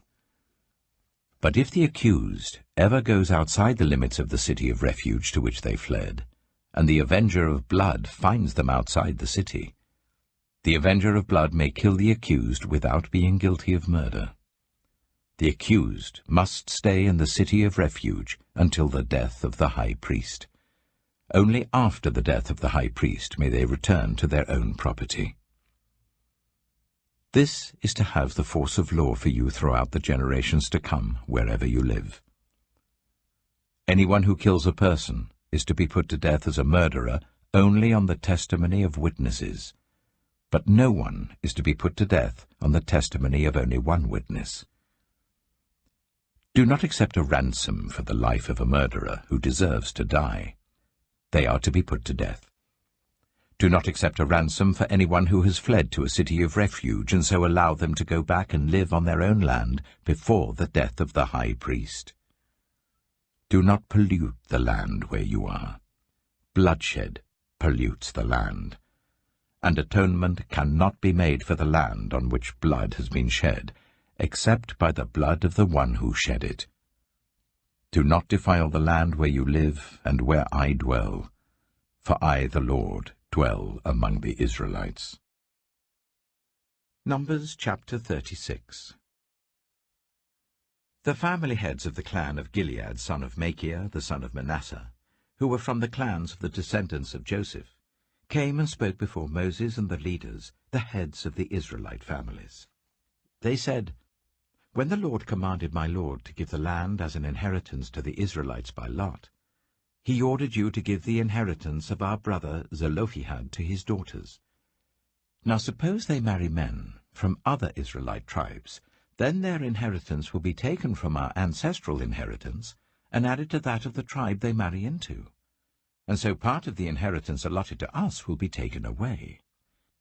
When the year of Jubilee for the Israelites comes, their inheritance will be added to that of the tribe into which they marry, and their property will be taken from the tribal inheritance of our ancestors." Then at the Lord's command Moses gave this order to the Israelites. What the tribe of the descendants of Joseph is saying is right. This is what the Lord commands for Zelophehad's daughters. They may marry anyone they please, as long as they marry within their father's tribal clan. No inheritance in Israel is to pass from one tribe to another, for every Israelite shall keep the tribal inheritance of their ancestors.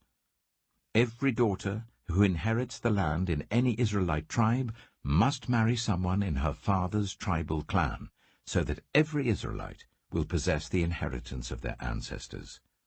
No inheritance may pass from one tribe to another, for each Israelite tribe is to keep the land it inherits.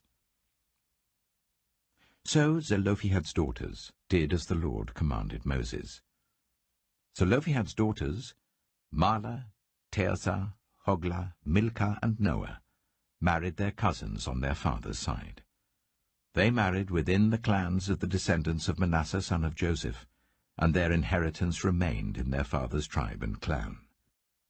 These are the commands and regulations the Lord gave through Moses to the Israelites on the plains of Moab, by the Jordan, opposite Jericho.